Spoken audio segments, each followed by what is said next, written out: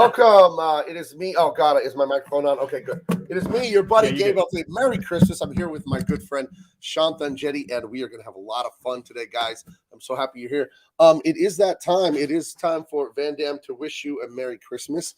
And Shanth had a great suggestion. He told me, can we talk about everybody's favorite Christmas action movie? And that is, come on, Shanth, what is that?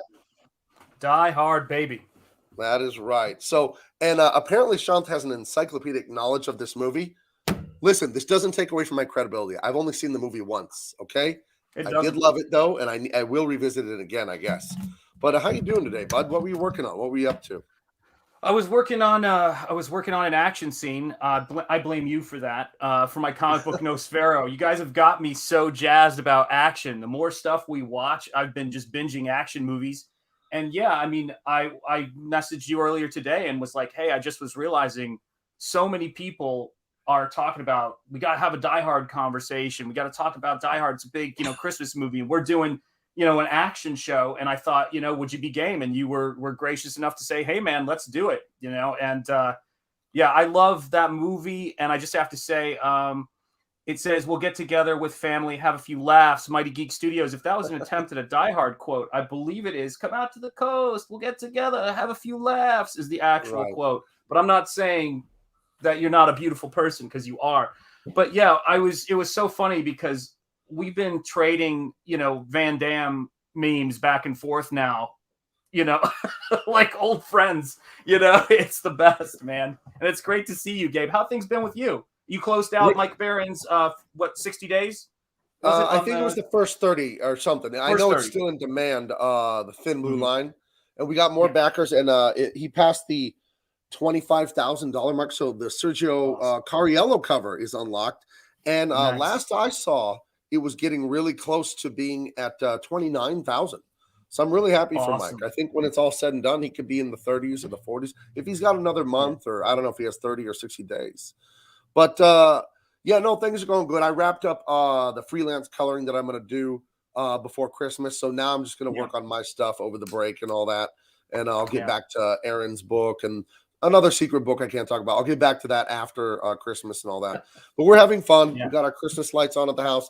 I've had them on since before Thanksgiving, to be honest. Yeah, man. And we love this time of year. My wife made homemade tamales on Monday. Oof. My grandparents had a Mexican restaurant for 50 years, okay? I know good tamales, okay? You do. I haven't had tamales this good since my grandmother was alive. Somehow, my wife did something. And there is one tamale left from a full batch on Monday. So I am more tamale than man now. And then you can always claim, that there was a break-in. Somebody was just there for the tamales. You don't know, Yeah, anything could happen. Are you? Let's say hi to the chat really quick. Robert is here. Hail President Xenu and hail Princess Xena, the only true saviors. I don't know about that, but hail anyway to you. Hey, come on, guys. We know it ain't Christmas till Hans Gruber falls off the Nakatomi building at the stroke of midnight. We'll get to that. Right. And Leg Kick loves tamales. Who doesn't? And Big Gasmatron. Hail Gabe, hail Sean, hail chat.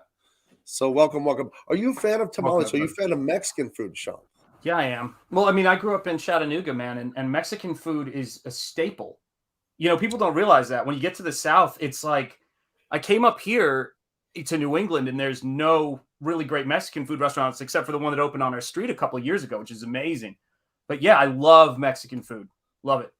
Yeah, I made more friends with New York, people from New York and the Northeast, and there's not a lot of Mexicans there. Your Hispanic people there are usually Cuban and Puerto Rican and stuff like that? More so? Oh, yeah, I think that's my 1/4 Puerto Rican is like Puerto Rican out of New York. So okay, all right, and that's totally different cuisine and all that. I live 20-something miles from the U.S.-Mexico border, so we are up to our necks in tamales and carne asada burritos and all things Mexican. So it's a wonderland. How do people survive with access to such a beautiful stream of cuisine? You don't even know. Oh my god! And okay, for those of you that have been to Southern California. There are these little taco shops everywhere, and they all are some version of Birdos. It's Alberto's, Rigoberto's, Juanberto's, Gilberto's. I'm not even kidding. And they have the most amazing, like carne asada burrito. For those who don't know, it's an oversized tortilla, marinated like strip steak, chopped up. You got your guacamole in there, your hot sauce. And I found that San Diego Mexican taco shops, they're different even than Los Angeles ones and Northern California. I will posit that San Diego does have the best Mexican food. I'm very biased, though. So, well, if you know what good tamales are, I'll take your word for it. I mean, I find a lot of people who have not had real good traditional tamales. I mean, look, I got to be honest. I grew up eating kind of, I've ate my share definitely because I had family in El Paso, Texas. Okay. So I've eaten my share of actual, according to Hoyle, Mexican food, as you know, which is different than a lot of stuff. But then I'm also the kind of person who would go there and eat 20 sopapillas, New Mexico style, which are terrible for you, but they're basically I don't know. I've heard people tell me they're like the Olive Garden of Italian food. It's it's not the most traditional thing, but man, I love them. Yeah, there's that whole Tex-Mex thing that's in Texas and then partially in New Mexico, and it's not the kind I grew up eating. It's not the kind we have here in San Diego either. But it's good. I just had a giant sopapilla about a month ago when I was in New Mexico driving back. I drove out to Orlando from California. So I drove cross country for my wedding anniversary. I told you that. I was afraid of the flight getting canceled because that's when all the flights were canceled. And we didn't want to miss our Disney World trip. So it was a beautiful trip and all that. But speaking of tamales, something in the South, they have tamales. I didn't know they had them there. And all in Louisiana, all that. At the gas station, they had tamales. And I was so tempted to try it, but I knew better. I knew not to try it. So Leg Kick One agrees with me. I think he's a Los Angelino. I'm sorry that you're in Los Angeles. Condolences. I hate LA, just so you people know. I hate that place so much. But he says what I'm eating is the best Mexican food.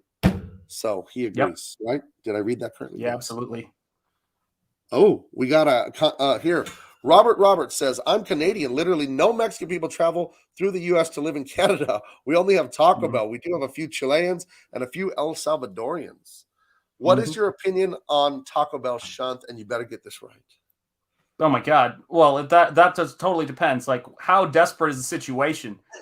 Because, listen, I put the Z in class. So, you know what I mean? Right. But I will tell you this. Listen. My view on Taco Bell is similar to my view on Crystal Burgers. Okay. Oh. It's not in my food conversation. It's in my, I need to suddenly shotgun 50 beef burritos, Ooh. I know it's awful. It's you're going to shotgun them in and then shotgun them out. You're absolutely right. Yeah. It's horrific. But I mean, I grew up around when I was only 17 or 18, and my friends and I would call up, the local Mexican restaurant where our friends were working, and they would be like, "We'll have a pitcher of sangria for you." And we were like kids, It was so. Jeez. Yes, I appreciate real Mexican food, definitely. It is delicious, and I literally have not been to a Taco Bell since about 2002. So that's my opinion. Added years onto your life. I really hate fast food. I really don't like it. Yeah. And this is going to sound contradictory. I do like McDonald's every once in a while. I think it's it's consistency. You know what it is. I like In-N-Out Burger. And then other than that, I hate Burger King and what's it called? Hardee's, or what's the other name? Carl's Jr. Carl's Jr., Arby's, Hardee's. Oh, gross. I liked Arby's when I was a kid, but no more. Oof. I know. Yeah. And then what's the other one I hate? Taco Bell, of course. Taco Bell and Del Taco, just atrocious food.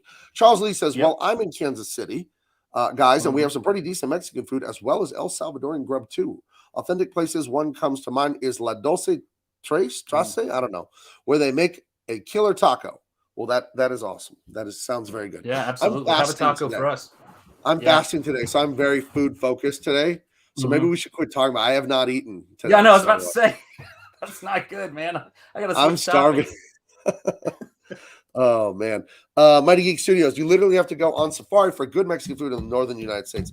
That will keep me from ever moving up there. No. When I was in Florida for Disney World in November, I went to the grocery store because I wanted to make my wife one of her favorite breakfasts on our anniversary day. There you go. And they didn't have El Pato sauce. El Pato sauce is this red taco sauce. The factory's in Los Angeles. You can see it off the side of the freeway, this giant factory. But it's just these little cans of tomato jalapeno sauce, and you put it on huevos rancheros. And I wanted to make that for my wife. They literally didn't have a Mexican food thing there at the grocery store. They had paste picante sauce and some McCormick's taco powder seasoning. it was a disgrace. But they had Brazilian food and they had English, like British food. So I thought that was interesting about Florida. Let's see. Yeah, Florida can be odd that way. Cranberry Langers. Taco Bell burritos are awesome. I don't agree. Oh, goodness. And Tobias, the indigenous Ginger Patrick, says, so Gabe and Guess, Merry Christmas. I have to ask, though, why are you dressed as Rambo, or are the pair of you doing a Lost Boys cosplay? Inquiring minds, all that. You want to handle this one, Shanth? Yeah, absolutely. We wear these bandanas because it keeps the blood out of our eyes. That's right. You'll see. Once the killing starts, you'll understand what the bandana's for. Killing is our business, and business is good. Oh, my God. Okay, so Die Hard. Yep. You have encyclopedic. I've heard you're the man to go to when it comes to Die Hard. So here's something that we absolutely have to do here. So I'm assuming we have some guys here in the chat. We have some men in the chat. I want to start seeing some Die Hard quotes happening at lightning pace in this chat, or I'm going to refuse to believe. I'm going to think it's bots if I don't start seeing some serious Die Hard quotes happening. Make it happen. So here's the thing, right? So Die Hard to me is, and everybody has different opinions on it, but to me, Die Hard 1 and 2, the two movies that take place during Christmas, with the first one, of course, being the best and the second one being Decadent Insanity, are my two favorite Christmas movies. And I've watched the first Die Hard movie so many times now, I practically have it committed to memory. And the thing I love about that movie, what makes it, there you go. The thing I love about that movie that is so important is it's a perfect movie for where we are now, because it's one of those movies that came out of a time that's very similar to where we are now. And it's one of those movies that moved us out of this kind of nebulous place, this kind of, anti, masculinity. Everything is, not very personal. Everybody's, relationship breakdowns. What's it mean to be in a marriage and all this other stuff. And it just completely, it dealt with so many different things that we're seeing today. It was brilliant. Starting with the opening of the movie, where you've got a New York cop coming out to meet his wife, who he separated from, who is going by her maiden name, Holly Gennaro, instead of Holly McClane. And I'm telling you, you're just going to have to kill me. And we all know what happens to that. Good. They've got the quotes. They've got quotes happening. They've got it, man. And it's like, God, I love our chat, man. The chat is the best. Yes, Merry Christmas and hail to all. Camel Moon in the chat. Camel's here. You're just going to have to kill me. I gotta pause you and say, Camel, pause you for just a second, Sean. Sorry. Please. Camel, your show on Friday nights. Everybody, check out Camel Moon. Subscribe to him and watch Camel Nights, or what do you call it, Camel? Your show. I'm saying I'm a big fan. I'm getting the fucking name wrong. I'm getting nervous because I got the Camel name Moon wrong. Nights, but I could be wrong. It's a great show on Friday nights. Very, very funny, with the worst trivia section I've ever seen, which is actually hilarious. So congrats to Camel. Yep. Okay, back to what you were saying. You were saying this show, this movie, we've got you were talking about masculinity. I'm trying to remind you where you were, but maybe. Oh, no, it's fine. I've got it in my head. Don't worry about it. Okay. It's like, I was just amazed. I liked the Joseph, I believe it's Takagi quote that we had right there. You're just going to have to kill me, because he won't give the codes, and he removes the silencer from his gun. But this is the thing for me about this movie. He goes out there to see his wife, and she's working for this international, take your shoes off and make fists with your toes. It's absolutely one of the best bits of advice in the world for stress. And this is one of the things about that movie. He comes out to see her, and she's got the kids. The first thing that happens is they have an argument, but you see him getting off the plane, and he's got this big, giant stuffed teddy bear, which is great. He's a dad. It shows you he's a dad. He's got a gun on the airplane, different times, probably, even if you're law enforcement. But he's getting off the airplane, and he's kind of trying to figure out where he stands, and he's being thrown into LA, as you know. And the thing I love about it is, and what's so great about it, is that, when you see him, Hans, Booby, I'm your white knight. That would be Ellis, who we'll get to. But so he comes out here to this scene, And there she is, beautiful Bonnie Bedelia from Salem's Lot and a lot of other, people are getting in there like fists. It's fists. That's right. And he goes to see her, and you can tell they have chemistry. You can tell they have a spark. But when he goes into the building, something they really spend a lot of time on is the building she's in, the world that she's in is super high tech. And she's working in a corporation, and you meet the people in the corporation, and they're essentially administrators. They're not making the product there. They're in an office building, which may not seem very shocking, to us today. But he's going into this world, and he's got to enter her name on a computer screen. It's a touch screen, and he's like, wow, fancy. All of these little things that would have been new for that time. Do you think he felt like emasculated that she's in this big, new, fast-paced world, and he's just like old news in her life? Do you think that's what he was feeling? Yeah, that's what she thinks, because at this point, she sees the benefit of having her career, right? She sees, hey, Jimmy, what's up? She sees the benefit of having her career, right, and her finances, but she doesn't see the benefit of having him around. And that's why the sequence that happens is so brilliant, because she's in this world that is essentially a safe, high-tech, height of Western and international, multinational corporation. And so that the people who defend this reality in the Western world allow it to exist. And the second their automated security systems get taken over by a small group of ruthless guys, they're completely cut off, and they have no one in the building, especially not Ellis, is a guy who can stand up. All the guys are on the outside. Real guys are on the outside of this building.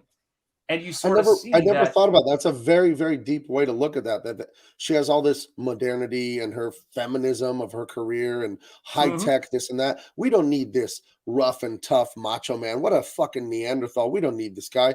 And then it turns out that their technology and the modernity of it all is kind of what stabbed them in the back. It kind of, wow, that's a very deep way to look at Die Hard. I was just, wow. Well, think about it this way, right? When we like a movie, and I love that.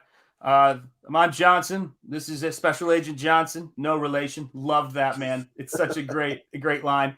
And and I may have gotten that off a little bit too myself, but it's the thing about it is that when a movie like Jaws goes bananas at the box office, when it goes completely insane, it's never just because it's a good movie. And Die Hard was a phenomenon. And the reason why it hit people so hard isn't because I think they were necessarily trying to shoehorn, it wasn't like they were trying to send a message. It wasn't a message movie, but it had very good, we're going to need some more of those FBI guys. It was one of those things. You guys are crushing it on the quotes. Right. And so he gets to that situation, and what's he do? He looks like a Neanderthal. A guy comes up, by the way, a lot of people miss this. A guy comes up and kisses him on the mouth. He's like, hey, Merry Christmas, and kisses him on the mouth. And he goes, and he wipes his mouth. He's like, fucking California. It's the funniest. Like, there's so many funny things in that movie where he's kind of like, the hell? And they really make him feel like a fish out of water. Like they get him a limousine, and he's like, he sits up front with the limo driver. I'm pretty sure. Right. Like they go out of their way, and the teddy bear is, I think, in the back. And he's talking to her. So they really are showing how they're introducing into this world, frankly, that I think we were all probably seeing on media and on television, this actual very masculine dude, who's the guy from Moonlighting, in a lot of people's minds. And so he comes into this world, and when these real people come in, they take the boss. And I will see. Let's see here. We'll send out a Camel Moon, not the show. I came to see. That's hilarious. I heard you too, but you do you. Oh Lord, things are getting crazy. But this is the thing. Don't breathe of old. Yeah, exactly. I think I know what you were trying to say there. But it's one of those things to where, the guy, the thing I love about it is, and people should watch this, the Japanese, air quotes, businessman, whose name is Joseph Takagi, by the way. They go down his resume, which is incredibly international, but his first name is Joseph. And when they're going down his list of accomplishments, and I can't recite these from memory. They go, graduated so-and-so school, 19 something, founded Very Takagi accomplished guy. Industries. Yeah, the guy who runs the company, who's a really nice guy, who's promoting her. He's like the ultimate in like nobility in a sense for that world. Can anybody in the chat tell me what the last thing on his resume they say is when they're listing his accomplishments? What do they say when he goes, enough, I am Takagi? And then he says one more resume quote. Can anybody in the chat tell me? Here's some unannounced trivia. Give you a few minutes before I move on. I have no idea. Like I said, don't worry, it's pretty obscure. Maybe Camel Moon knows. You never know. He was quoting Takagi. Right. 5, 4, 3, 2, 1. Well, you're gonna have to tell us now. Yeah, he goes, and father of 5.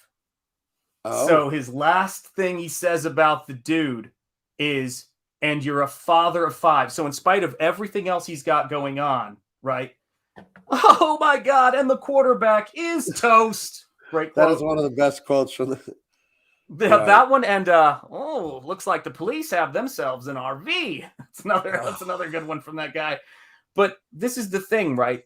He's a very noble guy. He's a father. They set all these things up so that when he is killed, everyone else, like he's the person, they go through his life. He's built this from the ground up. He's like, in many ways, a Western success story in that sense. You're left with, who's the other guy there? I mean, the guy in the suit, the wolf in the suit, Hans Gruber isn't the guy. You're left with this guy named Ellis, who's apparently the most, like, he runs down a list of racial slurs at one point in the movie, in case you were wondering, what he was, old timey. Gotcha. We got you. Excellent. Yeah. And it's one of those things. Yeah. Merry Christmas. Merry Christmas. That's right. But they go down the list of, this guy's life, so that when he dies, you're left with Ellis. And Ellis is just the bureaucratic weasel, the kind of person who gets into that environment, and he frankly is the opposite of Takagi, but there's no men left. Like, he dies as a leader, but there's no soldiers in that building outside of her. Right. She's the one who's taking care of everybody. And he says to her, he goes, Hans Gruber says, what idiot put you in charge? And she hits him back with, you did when you killed my boss, or when you murdered my boss. And he likes that about her. Right. This brings up something we were talking about before we went on the air about, Sure. I've noticed in movies, I was telling you how much it bothers me. And you said you really had something you wanted to say about this. In an action movie, you guys are watching it, and there's a group of friends, and they're on the mission, and one guy gets killed, and the people never react, and almost never react in the way you think they would. They're always like, he's dead, we got to go. And it's like, isn't that like your friend from the Marine Corps, and you've been buddies for 15 years, and you're just like, yeah, he's dead, we got to go. Wouldn't you be vomiting and screaming and shooting in rage? And like, so you said you had something you wanted to say about these unrealistic, very tame reactions to witnessing, let alone a stranger's death, but then someone you actually care about deeply. What do you think? What do you think that is in movies and stuff? That always bothers me when I see that. Yeah, well, it's a little bit like, I think it's a little bit like Mexican food.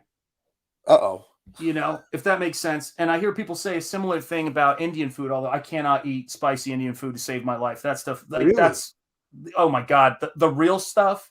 Whoa. I can eat any level of spice. Oh yeah, I mean, it's intense. But here's the thing, right?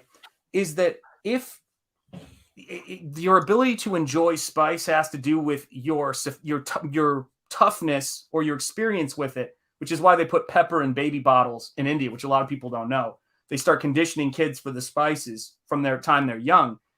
The reason is that you actually can sense different emotional flavors, or in movies, the same way you can taste different kinds of spices when you get past it's so hot I can't take this.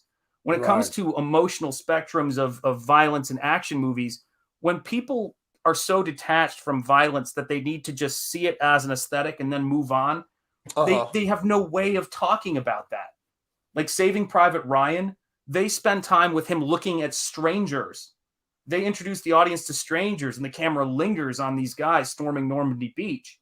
So that when you get to a movie like Die Hard, and you've got these, for all intents and purposes, evil terrorists, like they're painted with a pretty decently broad stroke. But the blood feud between Carl and John McClane is because John McClane kills his brother, and Hans Gruber goes, "We're going to have to tell Carl his brother is dead." And then they show Carl when he failed, like smashing things up on 2 occasions over John McClane. So it's weird that in movies today, like shit. I mean, when we were talking about Double Impact the first week, when he thinks that Frankie has been shot.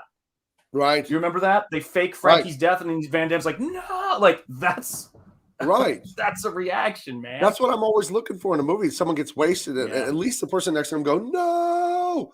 And it's always, he's dead. We got to go. And it just, I don't know. That's always stuck out like a sore thumb to me in these movies. And it's funny that I would nitpick that because so many other things in these movies are totally ridiculous. You got to put that latest comment on screen. Which one? We gotta go, Gabe. Yeah, like that's what it should. But you should have typed Shanth's dead. We gotta go, Gabe. That would have been the perfect. That would have been the perfect comment. I don't know. That's whenever we gotta go. Whenever my wife knows this is a complaint of mine. Whenever I'm watching something with her and someone dies, they like check his pulse. I'm like, all right, let's go. I just look at my wife and she's like, I know. You don't have to tell me for the 4 millionth time. Let's let me take a little detour here. Speaking of my wife, please, and action movies. My wife is one of the most lovely, agreeable people ever. She's just and she enjoys getting along with people. She has that high in psychology that they call it trait agreeableness. She's a very agreeable person, and she sits next to me and watches all kinds of stuff like this with me. And does your wife tolerate this stuff? Does your wife like the action movies, or is it just kind of she leaves it to you and she has zero interest? Or how does that go in the Engetti household? Yeah, she watches movies with me. It's funny. She's obviously she's a cool gal in my book. She likes to watch. She always likes to see me. She knows I like to watch action movies. She watches them with me. But the thing that's really funny is, even though she can't really follow it that well, she always encouraged me to buy a fight, watch a fight because she sees how happy it makes me and she'll watch it with me. But, like she always jokes, she goes, they're throwing combinations so fast, you can't always see what they're doing. But yeah, she's so cool about that stuff. She's great. She watched Punisher with me because I was like, the first season of Punisher I really loved. I'm a huge Punisher fan. We can always get to that topic. But I'm a huge Punisher fan. And it's the book that got me into the comic store. And really? It's funny. Now, was it the Mike Baron Punisher of the 80s, or what was it? No, because here's the funny thing. That was one of the books I bought once I was in the store. Do you get what I mean? So it was like, so the Punisher limited series, which was a huge deal, when it came out, which was Circle of Blood, I think it was.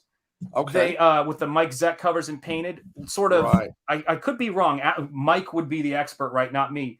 But I think it jump started the Punisher's, success or rebirth of that character in a lot of ways. That and Return to Big Nothing, some of those. So the first Mike Baron stuff I read was the stuff that had Punisher teaming up with Conchita and around issues like 15, 16, 17, 18 in there, of the regular series. Because I couldn't get out to a comic shop easily where I was, because I was in Tennessee, I didn't have a car, so I was a kid. But yeah, I mean, I was reading Mike's stuff. I was on a stream with him, and I couldn't believe I was on a stream with somebody who wrote books that I read when I was a kid. It was crazy, man. Hold on, I think I grabbed that circle.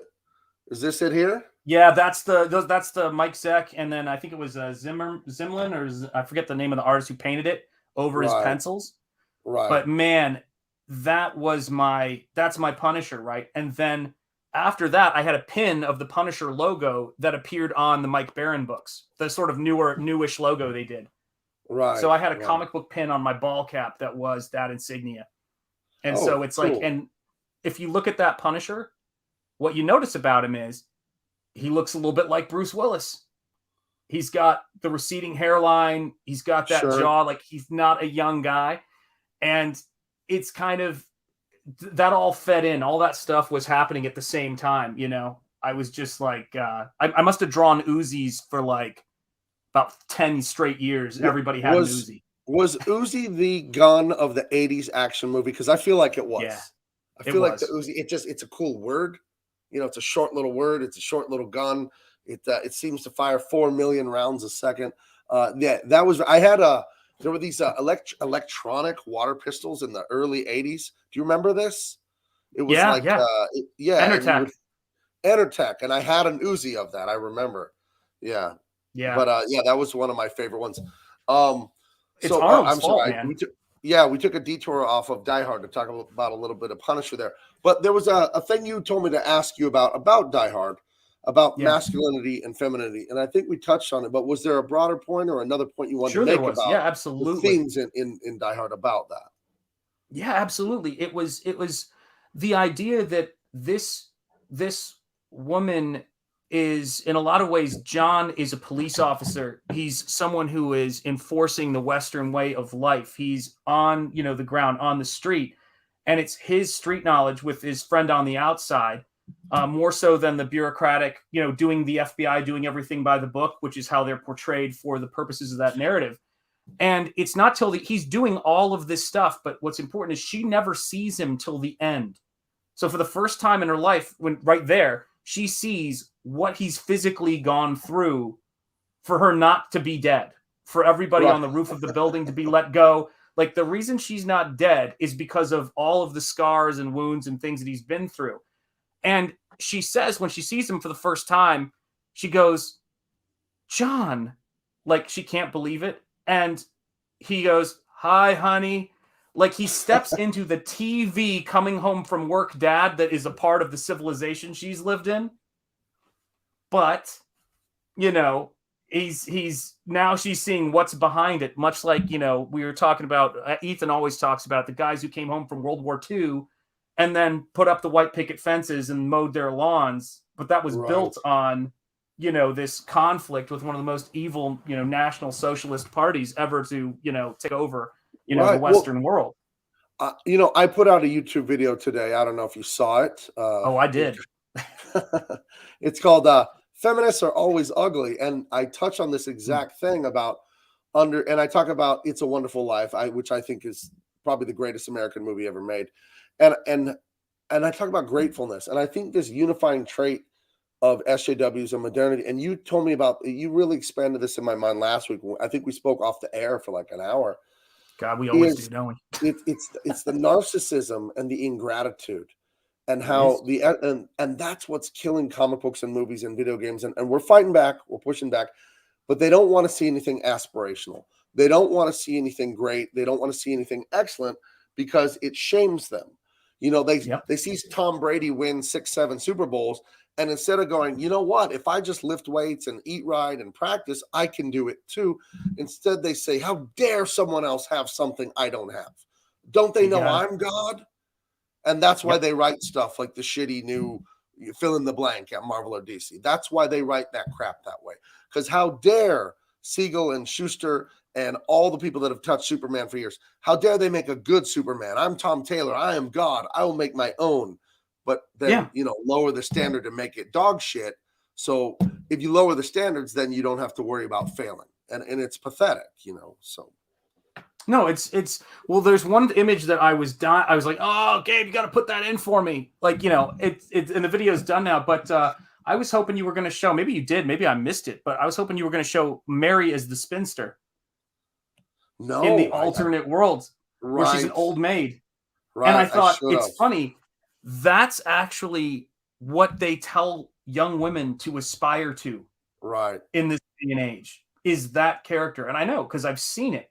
And what's so fascinating to me about all this stuff is, and what people miss, is that if Bruce Willis, there's one thing no one would ever consider Bruce Willis doing in Die Hard. And this is something everybody should think about in terms of what is ridiculous. His kids aren't in there, right? So why not leave? Why not shoot his way out? And you got to understand too, they made an effort to introduce you to Miss Gennaro's, I think, assistant, who was a pregnant woman. Hans Gruber puts her up on the roof to be detonated. He doesn't care. Ellis is just trying to talk his own way out of things, and he's willing to sacrifice everybody there to do it. And he actually meets his first, like, he thinks he's shrewd and conniving, and they're like, no, because we're going to shoot you, you see. That's the ultimate in this whole thing. Yeah. Well, exactly. John has it, and great name for this chat, but sorry, go ahead, read that one out. Yeah, Mighty Geek Studio says SJWs are afraid of failure, which is why they choose to change established characters. Agreed. But they lower them, too. They make, you look at like Captain Marvel being like an ugly woman. You know what I mean? Mm-hmm. I really do love should we watch the video I made, or do you think that's a dumb idea?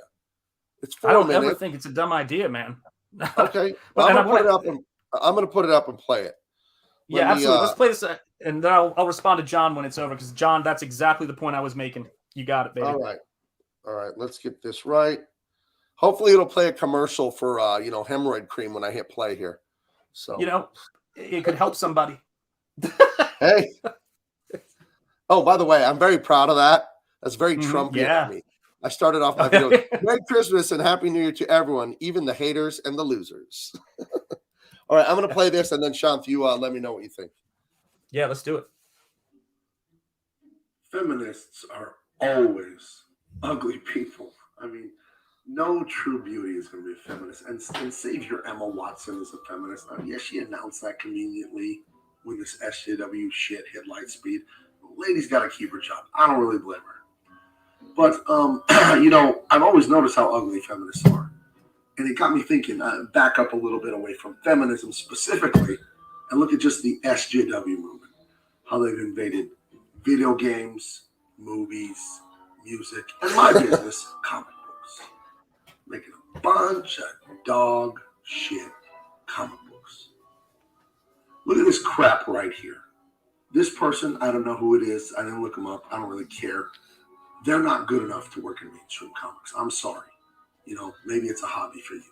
You haven't paid the price, okay? And there is a price. This person, Jose Luis Garcia Lopez, he paid the price. Adam Hughes, he paid the price. J. Scott Campbell, he paid the price. But it got me thinking about what is behind the SJW movement, and thinking about why feminists are ugly. And I figured it out. It's narcissism, selfishness. They've anointed themselves as unto gods.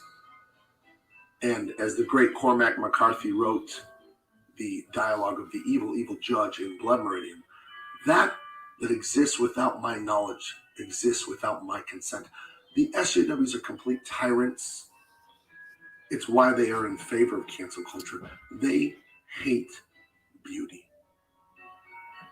When they see beauty, it enrages them. Beauty is everywhere, and it's taken a lot of living and dying. It's taking a lot of blood, sweat, and tears to achieve it. When there are high standards, when there are things that just display excellence in human beings, SJW narcissists hate it because they're lazy children. And all they do is chase pleasure, hedonism, self-indulgence, and they don't make time to become excellent.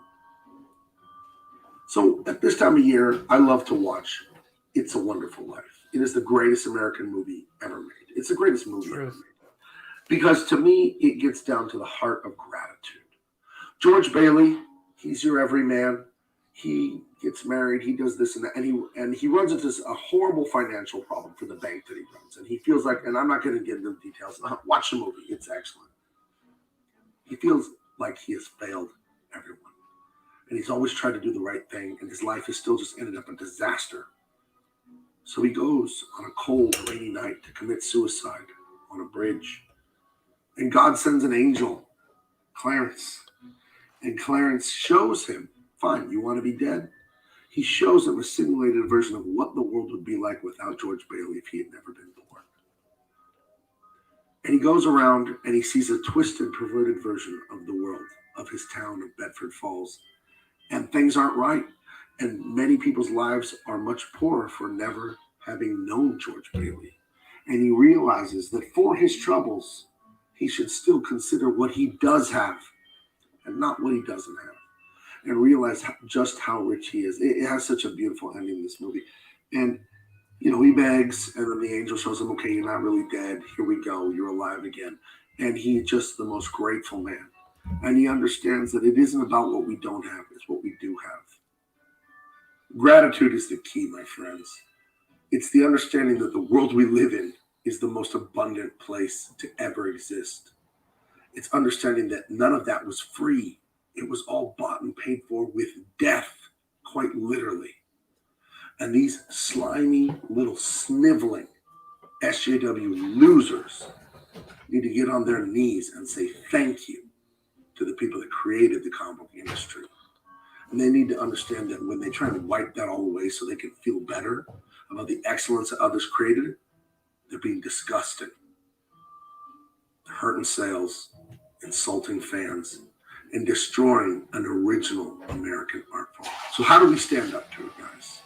We stand up to it by going our own way, making our own books, making them exciting, making them aspirational. When you see greatness, you should say, hey, I could probably do that too if I work hard enough. So let me wish you all a very Merry Christmas and a happy, healthy, prosperous New Year. And just remember, in 2022, guys, feminism, not even once. All right, I'll stop it there. Great. But so, amen. React. Yeah, I mean, this is the thing. So, a big thing you might not know is that when you see at the end of my videos where it says "Made with Liberty" in the USA, right? That's right. inspired by the film company the director started for Frank Capra started for this movie, his independent film company, which was called Liberty Films. So at the beginning of that movie, when that movie starts, there's the giant bell from Pennsylvania, and it says Liberty Films, of course, yeah. And so for me, you're spot on. And so who are the people that what's George Bailey about? George Bailey is about people owning their own property and owning their own homes and not being trapped renting to this, guy who runs slums and keeps everybody on rent, but they never get their own independence. So he's for individual liberty, right? And then he's friends with the police officer. He's friends with all of the people who make life in a town exist, where you've got what's the spider's name? I'm totally blanking on his name. The bank guy. Shoot. Oh, Mr. Potter. Yeah, there you go. Your father was a horrible businessman. I hated him as a little kid. My mom showed me this movie when I was about 4th or 5th grade, and me and my brother wanted to just get Mr. Potter. Like, oh, what a horrible person, Yeah, Ray Storman's got it right there. Yeah, spot on. It's a great video. And this is the crazy thing, right? Is that when I think about that kind of stuff, there was a sense of, and he starts out basically being, his good nature cripples him. So he can't sign up to serve, but he does his part with what he has. It shows you a guy whose destiny was not about having everything he wanted. His destiny was about being responsible for everything he could, for doing everything he could to help his country and his community, his smaller, real people community, not the stranger, but the person in law enforcement he knows. He knows when the other guy says, I've got to throw out these people, he goes down a list of everything he knows about the people in his community. So it's not just, oh, I'm standing up to this police officer. He's like, don't you remember me? Because community is based on people knowing each other, giving each other the benefit of the doubt, even though they're not perfect, living in a world. Being accountable to each other. You know what I mean? That I really do think, I have this theory about big cities and why there's all this dysfunction and this far left, not the good normal left that we all get along with those people, but this far left SJW thing you see in the huge cities in our world, not just America.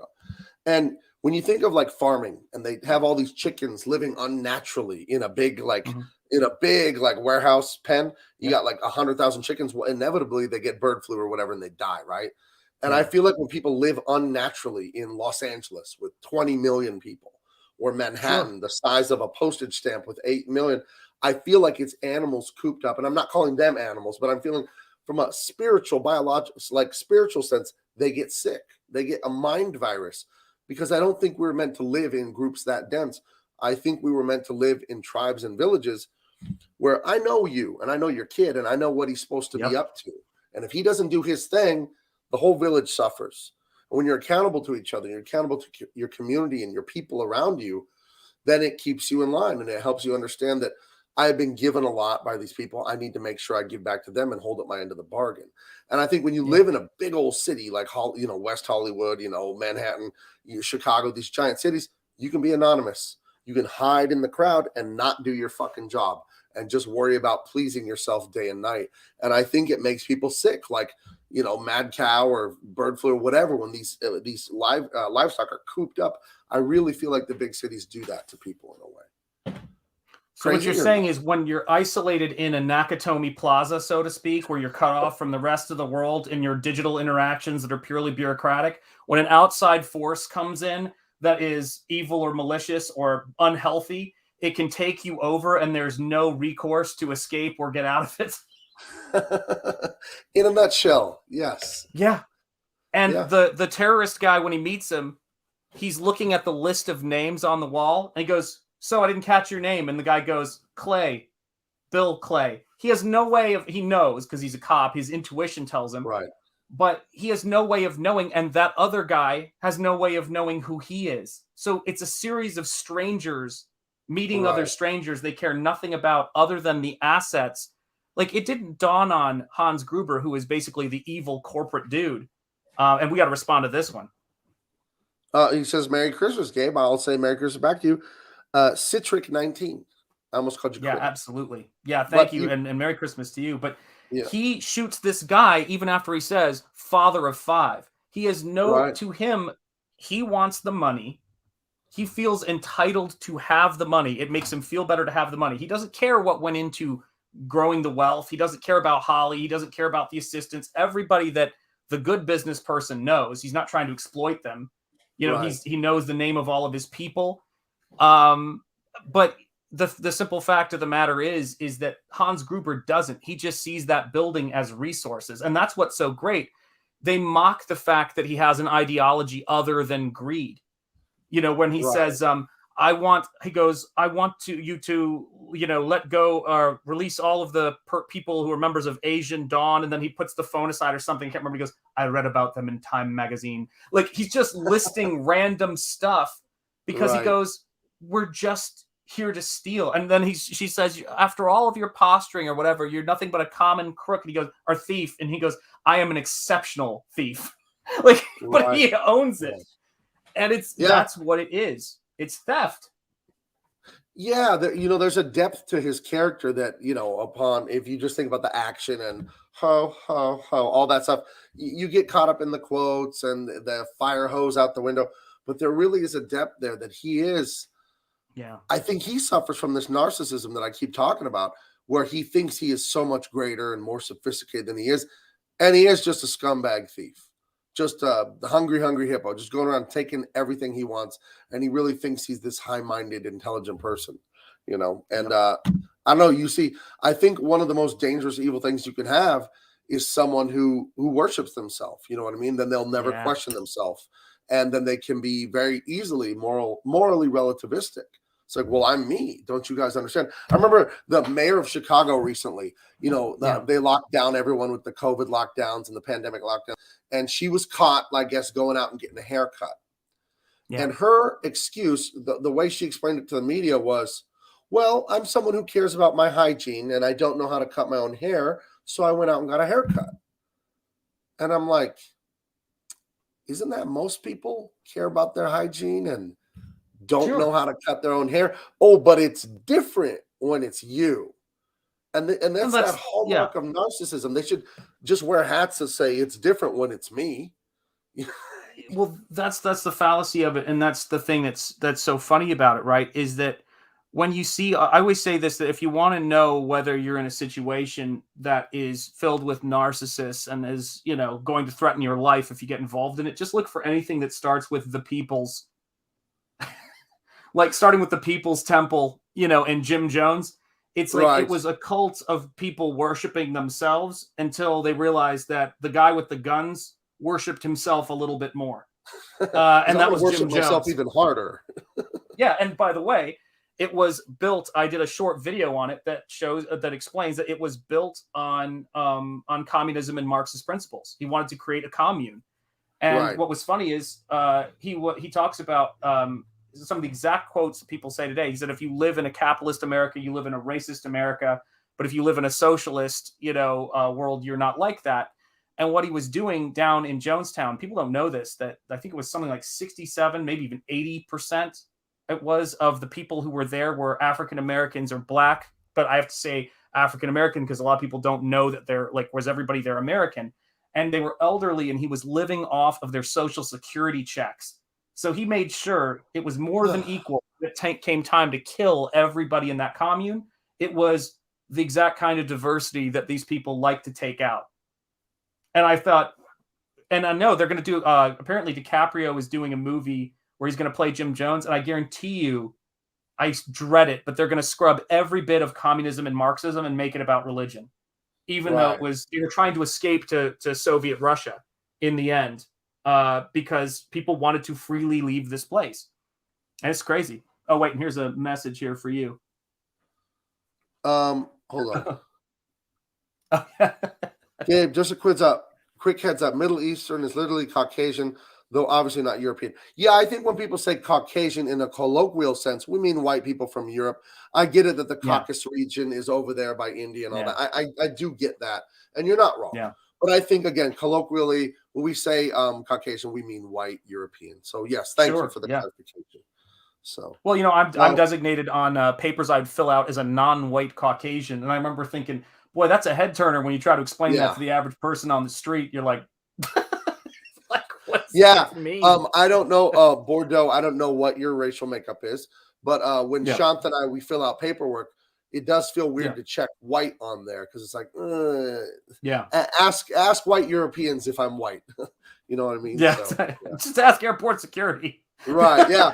When I get randomly selected. I know, but you know what's so funny is, right? You're probably one of the few people I can talk to about that. The worst part of that whole thing was watching, like, God, I know people need to come off a certain way, but it's like they don't want to feel bad about it. But it's like watching some old white lady get pulled out to try to make it look like different and having her medicine shook out. I was like, this doesn't make me feel better. Yeah, an 83-year-old grandma getting pulled out of line. Like, oh, you got her, guys. She's the kingpin terrorist. You got her. Thank God you threw her to the ground and broke her hip.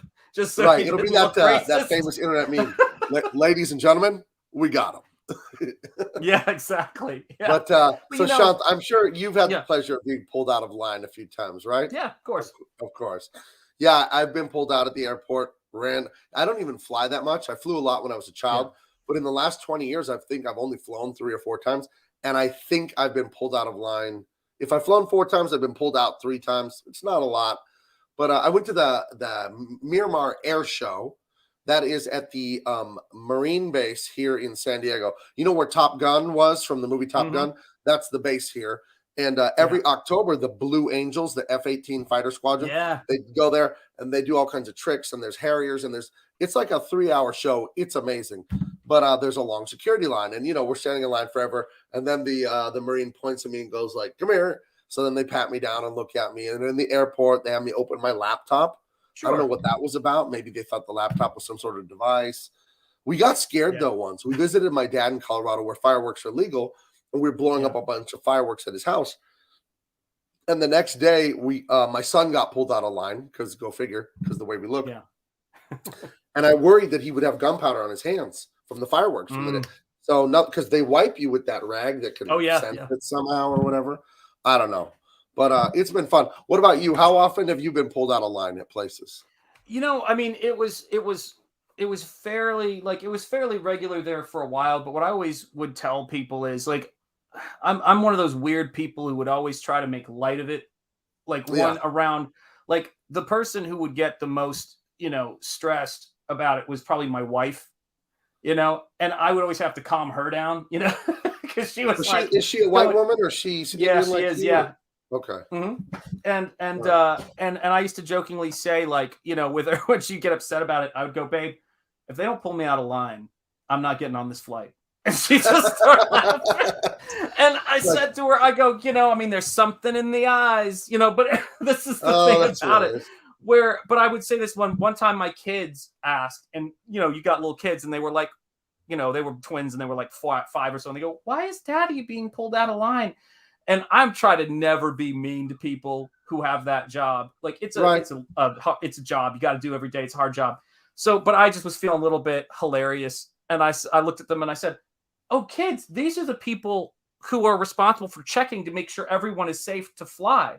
And they wanted to make sure your daddy was extra safe because they're concerned about it. You could just see them all go, I hate my job. Like you could just see it in their eyes. But it was funny because, you know, you have to explain to your kids, you know, things in a way they'll grasp, which is kind of true, you know.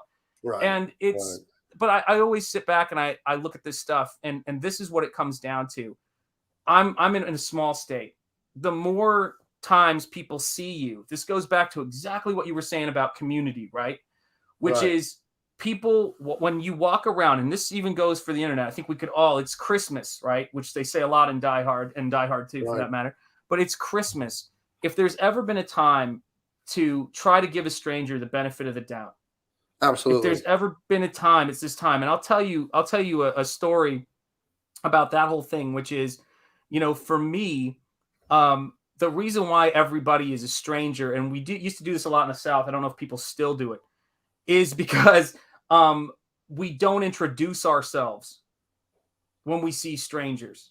Right. You know, like we don't, like when we see somebody, you don't have to ask them their name. And I know people are all creepy about this. That's right. Yeah. It's like, it depends on what kind of morning I've had, you know, how I look. Right. Yeah. Yeah, it's absolutely right. Yeah, it's the Matrix, you know, in that sense, you know, it's like, it's the battery towers, people stacked up, you know, and, you know, there's this thing about it to where I remember a couple Christmases ago, and it's so funny because people will ask me who was president, and I'll go, it was Obama who was president at the time, and so I'm not saying whatever, but I'm saying it doesn't matter who's in office, the tensions that people have and the strangeness of it. But I was at the gas station, and this guy at the pump behind me, and this is right up the road, 2 blocks from my house, starts whistling like Little Drummer Boy. Now, I like that song. I'm actually learning how to play it on the violin right now. But I turn around and I've got my son in the car. He's in a car seat. And the guy, his car is facing this direction. His pump is that direction. I'm over here, but he's turned with his sunglasses on. He's just staring at me, slowly whistling Little Drummer Boy at me. And I'm looking at this guy and I kind of go, is that me? Like there's no one else around. Turn back around, still staring at me. I got my kid in the car and this guy is like looking at me, and it's, you know, I'm not, you know, dumb. You know, I've had people try to be intimidating or stupid about this stuff. I don't know if this guy woke up in the morning and is like, you know, I've got to fight, you know, there's a war on Christmas, and this random guy who celebrates Christmas that looks like he might not, I need to let him know that I'm celebrating. It was weird, man. It was one of the weirder things I've had happen. So I turned around like the third time because I've been through different things. I'm not like freaked out by stuff like that. I turned around to the guy and I went, hey, man. This is the intro thing. Hey, man, is that Little Drummer Boy? And his big smile came across his face, nervous, like, oh, crap. Like, you know, I wasn't prepared for this. I said, is that Little Drummer Boy? He goes, yeah. And I was like, oh, that's my favorite Christmas. And it's true. I wasn't lying. I said, that's my favorite Christmas song. And he's like, oh, really? Not whistling anymore, though, right? Because it's like, you know, it doesn't work. And I go, that's my favorite Christmas song. I was like, oh, how are you doing? I said, my name's Shanth. How you doing? Shook the dude's hand. I was like, and he introduced himself. I was like, yeah, my wife teaches at the high school. We're getting ready for Christmas. Anyway, just had to say, hey, I love Little Drummer Boy. And I said, you have a Merry Christmas. And he was totally freaked out. I got in the car with a kid in the car, and I thought, fuck, that was scary. A little creepy. But sometimes that's a part of what we have to do. And so what I tell people is that I don't know what was going on with that guy. I don't, you know, I've seen people, you know, we've all seen road rage. We've all seen people lose it. But whatever was going on in that dude, like maybe I saw Gandhi one too many times, and the teachings of Christ have obviously had an impact on me, and I know they've had an impact on you. But I said to myself, could we make the situation worse? Most definitely. Right. what would a man actually do in the situation? Right. He'd show Well, courage and try to make it better. right. I think that first of all, amen to that from Charles Lee, Yeah. and Thank then you, we can Agreed. always take a Truth, Justice, and American Way from horror of life film. I can't really read that name very well, but The yeah, Horror of I Life think Kim, that's a brilliant strategy of yours. In the Bible, it says to paraphrase. I'm not going to quote it because I can't remember exactly, but basically, if you treat your enemies with like love and all that stuff, you're heaping hot coals on their head. Basically, you know what I Yes. mean? It's like kill them with kindness kind of thing. And I think that's a very impressive, masculine, stoic way to be. Because if we don't control our passions and we're just like beasts as men, Mhm. you can forget it. Because I make Yeah. fun of feminists in my video today, but the real truth, if you really, really ask me what I think of the problem, it's men. You could say feminist and this and that, but if men would just be good and hardworking and stoic, Yeah. and they would lead correctly, feminists wouldn't exist. They wouldn't. They will defer to us in the good way if we were good leaders and good fathers and good family men and all stuff like that. So I do think when you show stoicism, instead of saying, "Why are you whistling that shit at me, you bastard?" and like get in a, can you imagine getting in a fight in front of your kid at the Wawa? God, no, I don't think about the kid too, right?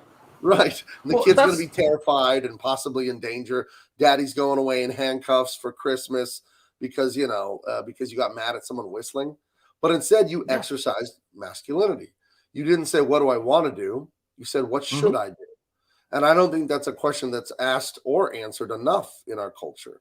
And I do think the SJW concept of just doing whatever you want and whatever you feel, whatever feels good. I think that's what's getting us there. And we really need to find a way to bring it back in the mainstream because it's in my house. It's in your house, Sean. How do we bring it back into society at large? Though? How do we push that back and let people know this is for their own good and that they want this, that they do want it once they have it? I think the biggest thing is that we've got to help convince people that society in the Western world and in the United States of America is made up of individuals and that they can contribute to society as individuals by, as Jordan Peterson said, cleaning their own room, getting their own house in order. Right.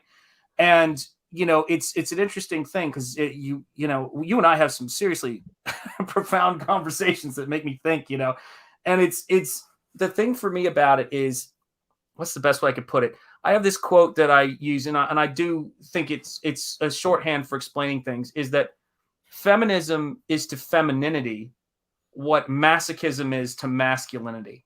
Ooh. Which is to say it has nothing to do with it. It's about, if you really look at what it does to people, they say there's that quote, resentment is drinking poison and waiting for the other person to die. Right. It poisons the person who practices it.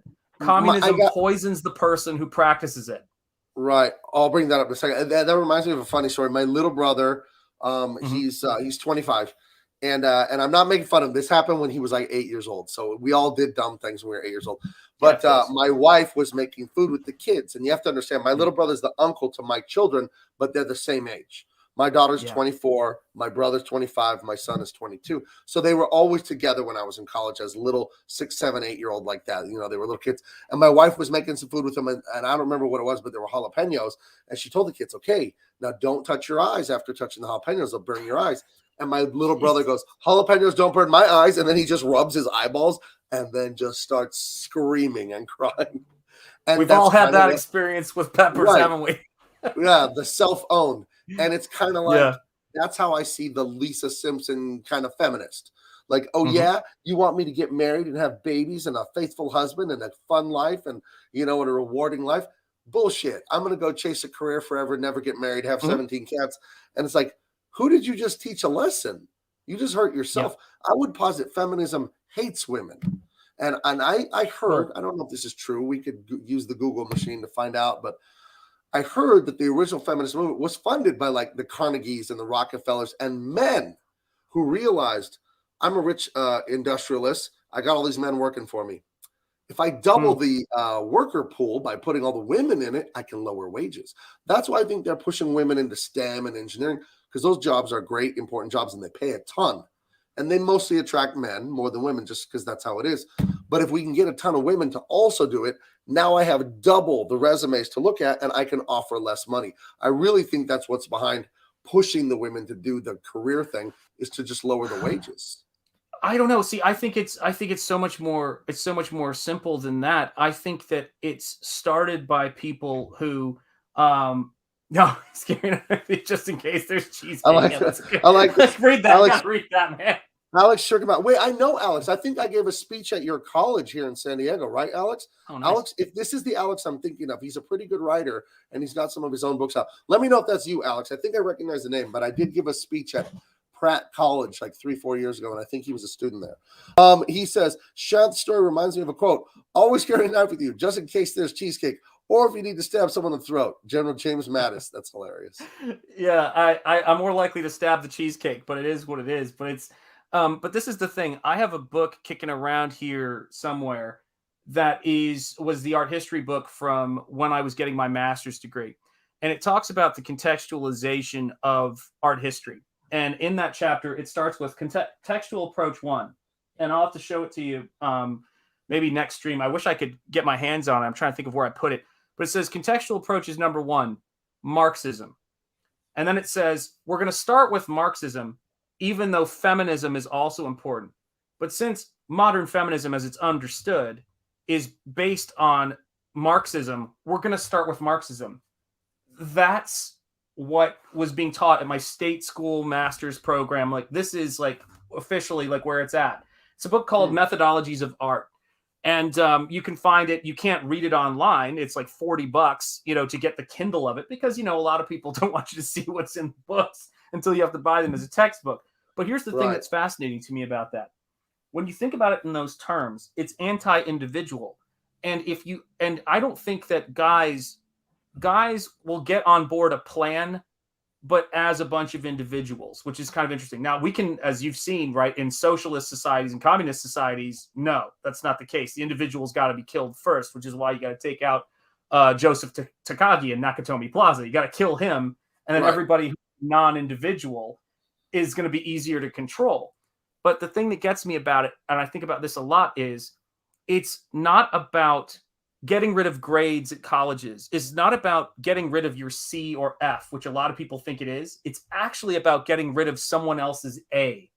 And feminism as an idea is about eradicating femininity, so that the person who, if they were to nurture their femininity, would be an exemplar of femininity, feels uncomfortable doing that, because there is that very important thing in women of peer acceptance.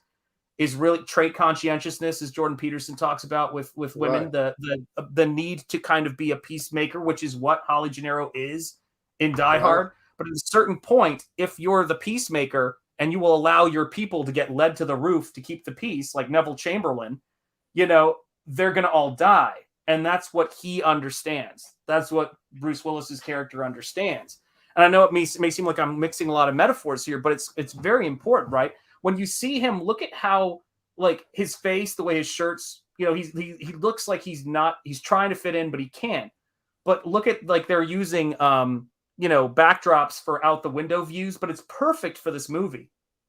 Right. Because it's a set of life. They even have a fountain in the middle of the place that they go to great efforts to show get destroyed at this key scene of the movie. They've made this oasis, so to speak, this little utopia of quote capitalism, but it's corporatism, which is different. It's a hive, and it's always struck me as very fascinating that, I always say this, which is, if you look at the way that this stuff works, I think the biggest mistake people make is thinking that feminism is about women, which it's not. It's a straight up ideology. That's all it is. Just like communism, people think it's about people. No, it's not. It's about the worship, or I'm sorry, not even the worship. It's about the elevation of resentment to the point of religion. It's the It's a cult of resentment. It's not a cult of helping people. And so feminism is, interestingly named, is not about a belief in women. It's a hatred of femininity. Right. Because masculinity and femininity are the terms. Yeah, so it's funny. If you describe someone who's feminist as feminine, they would hate that. What does that tell you? Absolutely. Right. If you described a right. man as masculine, what would his reaction be? Happy. I'd be thrilled, right? Say, If hey, you he's very described a feminist as masculine, what would their reaction be? I think it'd be an uneasy pride. Like, Sadly, I think it'd be negative too. So what does that leave you? nothing. Emptiness. Death. Anti-humanity. Yeah. If I'm feminine, I hate myself. Life. So yeah. It's what do you see happening in young women today? It's a fear of any type of gender role. Right. And it's just record levels of like depression, and so many of these poor girls are on like depression medication and all this stuff. Yeah. And then it's like, I heard a comedian say they get a big dog when they want a husband, and they get a little dog when they wish they had a baby. And it's really sad. It's so fucking insulting to say that being a mother, being a housewife and all that is somehow low and stupid and pathetic. And it's like, listen, me and Shanth, we're men. Men made computers, men made cars, men went to the moon, men made all this shit. You know what I can't do? I can't make a person. Yep. Women made all the people that made all the cars and all the spaceships and all that. It's a beautiful symmetry. Being a mother. But what do you always say on this stream? You say, I'm in a situation that other men before. This is another important part. A man or some other man, or in some cases a woman, if it's like God, I'm thinking about antibiotics and various other things, medications that have come up. So it does happen, but this is the thing. Like with every group, you get everything. Like you're going to get different things in every group. However, white men made this nation. They came up with this concept of America, and largely another largely majority group, because let's face it, if the statistics are anything like they are now, and they've only improved or diversified, then we have to assume it was largely defended it time and time and time and time again. And you see any number of stories talking about that. But this is the thing, any way you slice it, whoever built it, whoever made it, it wasn't me. And so I come into this stuff and I try to build what I build, take responsibility for it, but also have reverence for what other people have built. Right. It takes a narcissist to feel like they need to see themselves photoshopped into the founding father signing the frickin' Declaration of Independence. You say, here's a great thing, and I'll expand on what you said and what Cranberry Langers is having great comments in the conversation. If you don't have standards, you are God. So they destroy all limits, all rules. This is exactly what I'm talking about. It's like Satan wouldn't submit to God, So the SJWs, they don't want to revere our past, our history, and the blood that paid for it. And you're saying someone wants to Photoshop themselves in with the founding fathers. Exactly. It's they can't stand the concept of being grateful for any of this. And the concept of American exceptionalism, that makes the drool foam and the eyes red for these left-wingers. They hate when you say America is exceptional. It is absolutely the most exceptional society that's ever existed, done the most good for anyone. But when you say that American is exceptional, what they hear you saying is arrogance. No. Acknowledging that America is exceptional is about reverence. It's about gratitude. It's about, oh my God, we ended slavery in the modern world with 500,000 souls dying. You know what I mean? Yeah. You name it, it comes from here. I was debating on someone in a private message on Twitter. They were saying, oh, it's a fairy tale. It's American exceptionalism. I said, really?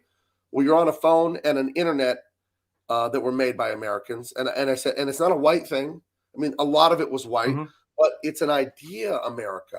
It's an idea of liberty. And if you can say anything, then you can think anything. And if you can think anything, you can dream anything. And then one day you're putting a flag on the moon.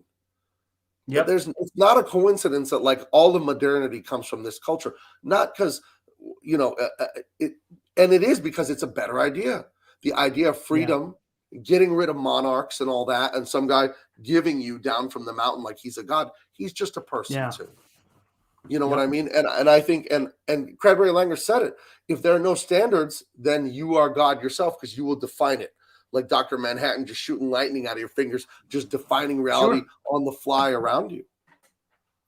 Well, and I think that has a lot to do with the idea of, how do I word this? Is that, it's almost kind of amazing. When I was growing up in the South, we had some, and going to the school I went to, we had some really funny guy teachers. And one of our teachers used to say the most atrocious things you definitely couldn't say now. I'll read that one too, because I think that's a good one. Let's get that one read before I go into this one. Cranberry Langers, they reject God to be their own gods, their own greatness, destroying the highest moral achievements of our Christian virtues. Yeah, absolutely. Yeah. I agree completely. That's what it's at its heart. That's what the SJW thing is. That's why Tom Taylor wants to make a new black superhero. I remember we were developing a new hero for Superman, Son of Kal-El, the new comic book that I was working on that I quit DC over. And it was a new hero. And of course, she was a black woman. And then John Timms, one of the best artists I've ever worked with, he's doing sketches for it. And they have her with the shaved sides of the head, this cliche. And I'm writing in the email chain, just for those of you behind the scenes, the way these characters are developed, the writer and the artist will kind of talk with the editors and we'll come up with an idea for the design. And I'm telling them, guys, if we do another black woman with shaved sides sides of her head, it's going to be the 20th one this year. So what if we give her hair like Beyonce? I haven't seen a black woman with long blonde hair, wavy blonde hair. Why don't we do that? I was, outvoted and this and that. But the reason Tom Taylor and writers like him want to put all these things in there is to lower the standard of what came before. Because they look at the original Spider-Man, they look at the original Superman, and it's up here. It's so much better than anything they could have written. So they write their own new version that's a lower standard or whatever. And not because it's gay or black or whatever. It's because they can't tell the truth when they write. They write for praise. They don't write for the beauty of art. It's a brilliant game, though, right? It's a brilliant game because when we were talking about Die Hard before, one of the things, and John, I just saw John's name come up, so he reminded me of it. I said, why doesn't Bruce Willis leave? And John wrote, because his wife's in the building. And it's like, because that's the thing that people have been repeating in academic circles. I ought to know for years. And I got a master's in fine arts, which is the same thing. It's a master's in bullshit. But this is the thing.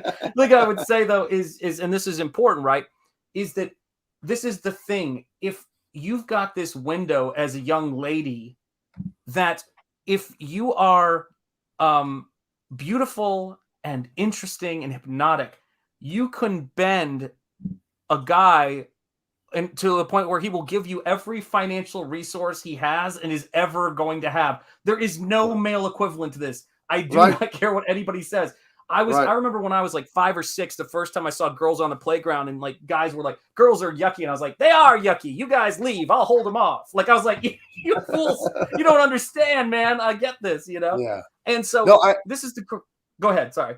I was going to expand on what you said there about a woman's, if she's gorgeous and mysterious, she could just bend a man to her will. And I heard this guy, I really like him. He's a 4-time world kickboxing champion. He's outrageous, R-rated. His name is Cobra Tate. If you follow him on Instagram or Twitter, he's hilarious. He's toxically masculine in the best way. But he was saying, you picture like a rich businessman standing on his yacht, drinking wine, and then you picture the hot 25-year-old next to him. And you think, what is the path that the two of them got to end up on the same deck of that yacht? Yep. Well, for the man, it's many, many years of work and failure and business and college and deals and losing and winning and bankruptcy. And finally, he's in his 50s or 60s on his yacht. This woman went through puberty at 15 and then just stuck with it, didn't eat too many donuts, and voila, here she is on the deck of the boat. So when you're talking about the power that women have that I think so many of them don't understand and that femininity hates, you're absolutely right. Well, because think about it. And I've watched this stuff happen and it kind of blows my mind. It's like there is this resentment, like when you see people are like, why are people hating on Chris Pratt? He posted a picture of him with his wife and their kid. They hated the idea that Chris Pratt had a goal, an objective, a relationship ideal of probably compatibility, a million other things, and that he fulfilled it. Right. They don't think he should be allowed to do that. And the person they're really heaping their hate on isn't Chris Pratt. They're heaping their hate on the woman he married instead of the woman that he's not supposed to be with. And so you start to see this stuff. Like, this is why the political thing, people go, and I've talked to people about this, and I'm not saying what a lot of people think I'm saying, which is when I say I don't think the attack on Ethan was politically, was political in the sense that people think. I think politics was the weapon they chose. Like it's like a murderer will use whatever tool is there. If people want to know why they can't stand Ethan, now that he's not even there, right? He's not even there. It's because deep down they know he's more successful. I bet you they know what he made. I bet you they know his royalty checks. I bet you they are fully aware that every character he's created has ended up in a t-shirt and action figure. He is a creative genius by any objectivist metric, right? Right. And they know they're not. So they would rather burn down the person who keeps the lights on with them in the building. Right? It's a type of mental illness. It's about self-destruction. Well, here's the thing I can't grasp on that. I lift weights. I love lifting weights. It's right behind me. I work in my garage, by the way, guys. My wife stole my home office. That big shine is the mirror in front of my squat rack and all that. And it's because you're a patriarchal male that she was able to steal your office. Right? We give these things lovingly. We'd live in a box, man. But I have an Arnold Schwarzenegger poster up for years, and he's just, huge. And he's at that 7th Mr. Olympia that he won. It's a famous photo of him you can find. And I have that up on my wall. I have my Steven Seagal stuff, and I have all that. And, I love Tom Brady, even though I'm a Denver Bronco fan and he beat my team and this and that. I love excellence, and I find it to be aspirational. And the thing I can't figure out about the SJWs, it's a tiny little piece of the puzzle I'm missing. I know they're narcissists. I know they think they're God and this and that. But why, when they see greatness, doesn't it click in their head like, oh, that's possible. I can do that. They just want to have it. So they see Chris Pratt. He's very handsome. His wife, I'm sure, is beautiful. He's rich. He's famous. He's funny. People like him. And they hate that he has it and they don't. But in my head, I'm like, well, if I want to be Chris Pratt, I can. I know I can. I know. I'll say this without nail on the head. I know I could be. I am 43 years old. I guarantee you, if I dedicated my life to it, I could be in the NBA in 5 years at age 48, at least as a three-point shooter. If I went out and practiced shooting a basketball for the next 5 years, you can't tell me I wouldn't be good enough at it. And I don't know why people don't think that way.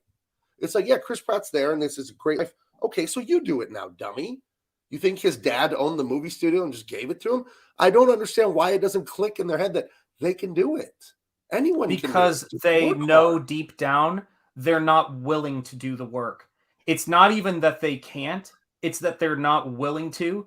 And every person who's excellent reminds them of the fact that there are other people who rise to the occasion. Even like they would push someone in a wheelchair who is like, they will push Stephen Hawking off a cliff if they could, even though he's in a wheelchair, because he's a horrible mirror of their failings as a human being. And this is the thing. I would argue they do not want J.K. Rowling's money. They just don't want her to have it. It's so messed up. Right. You're absolutely right. Because they don't care if they get it. But they really don't. Again, and I'm repeating myself and nauseam here. I see J.K. Rowling. I'm like, well, I could learn to write those kind of books and do that if I wanted to do that. All it takes is, hey, you got enough time, you got enough years, and then be dedicated to the process. And it has to happen. We saw, I think his name was Alexander Schirkenbach, gave a comment in here earlier. And I said, I spoke at his college. Well, when I speak at the colleges, I've done it a little bit. I speak about inspiration and what it's like to be a professional artist and how you can do it too, is what I tell the students. Yeah. And I tell them everything is a process, a step-by-step granular process. Think of them as math equations when you want to achieve something. And I said, we have no problem imagining bad things happening to us. But for some reason, people have a mental block about good things. And I give them this funny idea, this thought experiment. Imagine I told you, Shanth, you have to do this. For the next 6 months, you are not allowed to leave your bed unless you're going to go pee or take a shower. You have to watch Netflix or Amazon all day, and you have to drink at least 6 double milkshakes. Okay, 6 milkshakes a day and your regular food. Watch TV all day, and that's all you're allowed to do. What would happen to your belly for sure in the next 6 months? How much weight would you gain? Tons, right? It'd be amazing. I'm sorry, it'd be wrong and terrible. Go ahead. No. My belly would be incredible, and I'm offended. No, go ahead. The point of what I'm saying there is it has to happen because you followed a process. Now, and that's a bad thing to get that fat because you get very sick, probably heart disease, diabetes, something would happen. But forget the bad part. Just understand it has to happen. Now think about winning the Super Bowl. Now think about saving that $100,000 for your home down payment. Now think about, getting that college degree. Now think about reconciling with your family member. If you follow the process like those stupid milkshakes, whatever you're trying to do has to happen. So just stay dedicated to it. Focus on it a day at a time. So I don't understand Tom Taylor. I don't understand these people that they don't get that you don't have to tear down stuff to make yourself better. You can be good. You can be like Jack Kirby or Stanley. You don't have to shit on their legacy to make yourself feel better. So the concept, this communist, Marxist, feminist ideology of resentment, and we're going to make black people better by destroying white people. We're going to make women better by destroying men. Yeah. It doesn't check out. It doesn't make any sense. Well, that and the fact that, this is now I can go to my inappropriate quote. I think there's been enough distance between the Holy Spirit and this quote that's about to drop. So I'm going to sneak it in as quick as I can, which is, there's this quote that our teachers used to tell us. Well, two quotes. One of them, our dean used to tell us when I was going to school, where he would say, boys, do not piss into the wind. That was his big quote. And then the other quote that I loved is I had a teacher who looked at us and goes, son, hasn't anybody ever told you that the last thing your parents were thinking about when you were conceived was you? And it was the darkest thing I've ever heard. Now, here's the funny thing. If they all realized they were a product of men and women coming together biologically, this war... and also literally coming together. Exactly. Well, it depends. You do your best sometimes, Gabe. Jesus. But here's the thing. Here's the thing I want to say. I may get shot tonight. But this is the thing I want to say that I think is important about this, right? Is that if your objective is to keep men and women at a constant state of war against each other and divided, your ultimate aim has to be the end of humanity. And so let's just call it what it is. That if you take... Basically, it's the grift is easy. It's really cool. All you got to do is get these girls in high school and in college and get them to be poisoned enough against men that they miss all the way up till 35? Yeah. And by the time they figure out what the hell happened, they're good to go. It doesn't matter to these people anymore. They're just trying to get you to hate this. And so you see people in these situations, and I've actually had students. This is not just like a lot of people. This is, who talk about what goes on at colleges. This was my life for a while. Exactly. Divided, we fall. Well said, John. This is the thing, right? Sorry, wait a minute. Sorry, John, you can't make that quote and have me not read it. So here you go. Read it. Please read it. Let me have it here. Let me bring this in. A man like Ringo has got a great big hole right in the middle of him. He can never kill enough or steal enough or inflict enough pain to ever fill it. What's he want? Hey, I'll be your Huckleberry anytime. Yeah, that's right. He goes, what's he want? Revenge? And the punchline of that, which is so perfect for this conversation, is he goes, for what? And Doc Holliday goes, being born. And that is the revenge. It's that deep down, every person who believes in this anti-human idea, right, that has to destroy femininity and masculinity, has to divide the beautiful duality. Then I don't care if you're a scientist or you're religious, however you get there, either the universe, evolution, or God, whatever you want to believe, created, it's there for a reason. When you are at war against that, though, deep in your heart of hearts, that you came from that unity. So you can't love yourself because you hate 50% of the genetics and the process that got you onto this planet. It's like a valley and a mountain. The valley doesn't exist without the mountain, and the mountain doesn't exist without the valley. Men and women are completely equal, but we're very different. Mm-hmm. And this whole postmodern destruction of standards comes from losers. And we've got them outnumbered, guys, completely. Yeah. This is like 1 out of 200 people that are crazy SJWs. I think I may have told you this, Shanth. I was telling somebody this. Yeah. You're like on a train car, on a subway or whatever, and there's 100 people sitting, looking at their phones, talking, whatever.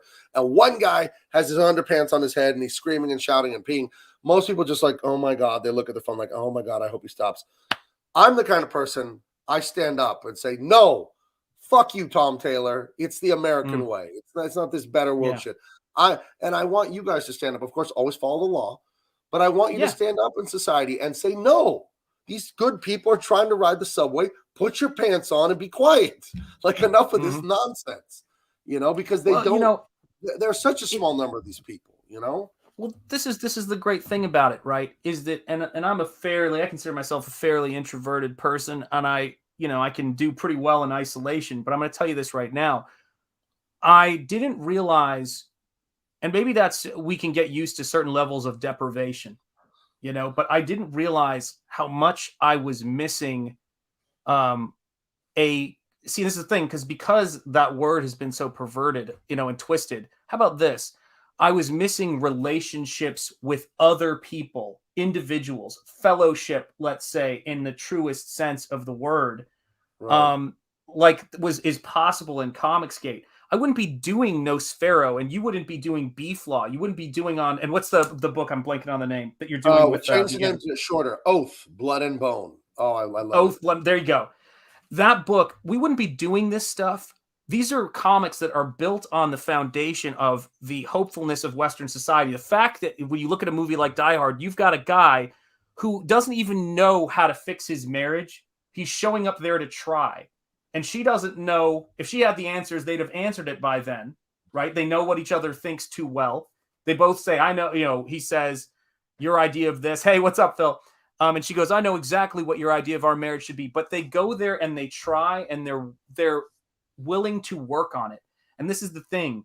If you love and have a relationship with this country, if you have a relationship with, whether it's God or the universe or whatever it is you need to have, in your life, and whatever speaks to you guys, if you have a relationship with it, it's a commitment to working on it and developing it. And that's the thing you were talking about. Why can't they just say, oh, I could become that person? Because they know they're not capable of the discipline and commitment to their own dreams. So they have to kill yours because they're aware it's such a moral failing. The thing they hate is perseverance. They hate discipline. They hate honor. They hate integrity. They hate all that stuff. When I fail, it's the lighthouse. It's the lights of this world that guide my way out of it. If I burn all the lighthouses down, I'm on the rocks. Right. Well, I argue with people. I've argued with people in my life that there's no such thing as failure. I say failure is a gift. When you attempt something and it doesn't work, well, now you've eliminated one more path. You say, oh, okay, when I do that, it doesn't work. So I won't do that. I'll do this. Oh, that one doesn't really work, but it's closer. And failure is a gift, guys. We don't learn anything when we win. I played and coached a lot of football. I know I say that a lot. The Saturday morning after a high school football game is when you win is very different from when you lose. When you lose, you're watching the videotape with your coach with a fine-tuned comb. When you win, everybody's laughing. You're looking at the highlights. You don't learn anything. So failure is a gift, guys. Perseverance is a gift. I remember building a treehouse clubhouse thing in my backyard with my stepdad and my brother. I was 8 years old. And we got 95% done. I was going to be in there and read books and play Star Wars Men and have a nightlight and camp with my brother in the backyard, cutting it out of plywood and 2x4s and all this. And we got 95% done. The sun was setting. So my stepdad and my brother said, we'll finish it tomorrow, and ruined all my plans of sleeping in there that night. And I remember watching them go back in the house, and I stood there in the backyard, slumped shoulder, looking at them. And all I could stammer out was, you're just a bunch of give up guys. And my wife always laughs at that. And I guess I'm just, God gave me a gift. I'm not that kind of person. I'm a perseverance guy. To go back to my milkshake analogy, I've always looked at everything that way, that if you just do the steps, it has to happen. If Shanth does the 35 steps, and if I do them, we'll get the same result. And I wish SJWs could get that through their head, that they could be anything they want if they would just persevere and work. Well, let's look at it this way. We will get a good result, and it'll be a different result, because I'll tell you this, right? And I know that's what you mean, but I just want to clarify, because their whole thing, right, is about the sameness. Get what I mean? So I work pretty hard. I've been alive a certain amount of years. But what I get to see, which to me is the whole point of being alive, this gift of life that we all have, guys, I get to see what my result is. I'm the only person who could see what Sean's result is going to be with his work. Do you see what I mean? Right. And now, if I'm not a narcissist, if I'm not self-obsessed, right, I will be excited to see what your result is, to buy your book, because I actually don't want to be alone in the universe as the God King of myself at the expense of all other humans on the planet. And I think that's one of the things. It's like, think about this for a second. Ethan, obviously has said that, he's a little sexist, he's a little misogynistic, which is one of my favorite lies of all time, because there's a tiny little lady in his house, as far as I know, who runs the show and who can make his heart sing and can make him cry with joy by her mere presence, somebody he dreamed about his entire life. If you want to know about a man, and this is a big thing, and I know you can understand what I'm talking about here. You not only do you not need to see how I treat my wife, but you have to see how my wife treats me too. Right. And the same thing goes for her. It's not just a one-way street, Yeah, absolutely. I totally agree. Let's check out Adam C. It's one thing to lack the abilities or talents to achieve your goals or dreams. It's monstrous to tear down the goals and dreams of those who do have abilities and talents you don't. And I think that goes back to what you're saying about the people at DC and all that, it wasn't the people in the office so much as it was some freelance writers conspiring, basically, which frankly is against California law to deny people work based on political. That's CS 11-1. I know this because I reference it to DC when I was arguing with them. To do that to a couple writers, Sam Humphries was the ringleader, is what I was told, for all of you out there. And he basically got together and they said, we're not going to work with Ethan because he voted for Trump, which is completely illegal and wrong. And I think, kind of against the law. Sorry, go ahead. Right. And I think they see everything Ethan touched turn to gold. When he was at Marvel, well, the X-Men book was the top seller. He comes over to DC. He fixes a Green Lantern after 20 years of stagnation. He has that awesome Jeff Johns Flash book. He basically created Blackest Night. He didn't work on it because he chose the Flash thing at the time. Blackest Night was one of DC's biggest hits of the last 20 years. And I mean, you have Atrocitus, you have Jessica Cruz, you have so many characters and ideas he made up that I don't know. I think it is what you're saying, where they look at his greatness and perseverance and all that, and they just want to tear it down because how dare someone get ahead, So, we got a super chat here. Cranberry Langer's $1.99 super sticker. I can't see the sticker on here because I'm on StreamYard. Let me go over to YouTube quickly, and I'll see. It's a thumbs up. It's a big thumbs up. I got it right here in this window. And let me say this. Thank you, Cranberry Langers, for your support and for all of you guys who support CG. Yeah, great. These comments, guys, the chat is such it's got so much wisdom and humor and humanity in it. It's one of the things I love about it. Here you go. Let's read that. I'm gonna grab a coffee drink and I'm gonna leave the camera on. Alex is a local here. In the Army, we trained and failed at war games only to be successful at actual war. Yeah, absolutely. Failure is a gift, guys. Remember that in your life. When you're feeling like, hey, I want to be like Gabe, or I want to be like Ethan, I want to make big, beautiful comic books and all this stuff, or I want to have a cool YouTube channel, you can do it. Just take it one day at a time. And like I said earlier about the milkshakes and getting fat, it has to happen. You know what I mean? It has to happen. I know there are outliers and there are exceptions, but don't let, what is that saying? Don't let perfect be the enemy of good, So fall down 7 times, get up 8, as Denzel Washington quoted once, and it really inspired me. And this is the thing, guys. A lot of people talk about things like, I don't know how to describe it. I believe that you can think you deserve good things in this world without feeling like you are entitled to them, if that makes sense. And we've talked about this a lot. It's like, how do I word this? It's like, when I'm doing the work that I do for Ethan, and I spend hours doing those things, what a lot of people do not like, it would be hard for me to explain. I think a lot of people here would get it, and you get it, right? Is that I'm watching the show. Do you get what I'm saying? I'm watching the show and I'm enjoying it. And Ethan is and I'm not saying this because this is not a weight joke, all right? But he's a fantastic human shield, I found, for so many of us. He is. Right. He's the sharp end of the spear, him and Malin. Yeah. And a lot of these guys, and your boy Zach is at this point, seriously, like a body that people are using for a shield. He's been through so much. And I tell people this all the time, right? If you really believe in the ideals of these things, and I will say this here because this is what it is. And hit that like for my brother Gabe here, please. Thank you. That like, is that I have put in at this point hundreds of hours into videos for Ethan, and you know what? He, if someone comes along and does better shit than I do, and is willing to put that time in for him, which he deserves, like as much support as possible, freaking do it. Go for it. No one will be happier than I will be.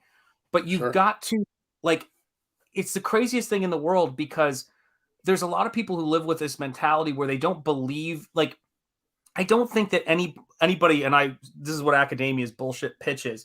I don't go into things because I don't want, like, that I'm like, oh, in the sense that people would think like, oh, I'm, don't have any individual interests. One of my key interests is being able to go to sleep at night and look in the mirror in the morning. Does that make sense? And when you see somebody who's having his fucking financials put out on the internet, getting beat down, who everybody goes to, what have you done for me lately? Or what have you done constantly? And every time you do something, and he's still smiling, he's still streaming, he's still trying to help people. I mean, look, I like this guy as much as the next person, but I swear to God, even I don't want to see him help people sometimes, because looking back on some of the things that have happened to him is like watching a horror movie. But you know what? And I got to make sure I say this while I'm on stream here, because this is important. At 2 a.m, and I'm very proud of it. And if you're up, I'll send you a link to it too if you want to pop in and say hey. But at 2 a.m, I'm doing my first closeout stream in my YouTube history for another YouTuber who's doing a comic called The Goblin Girl.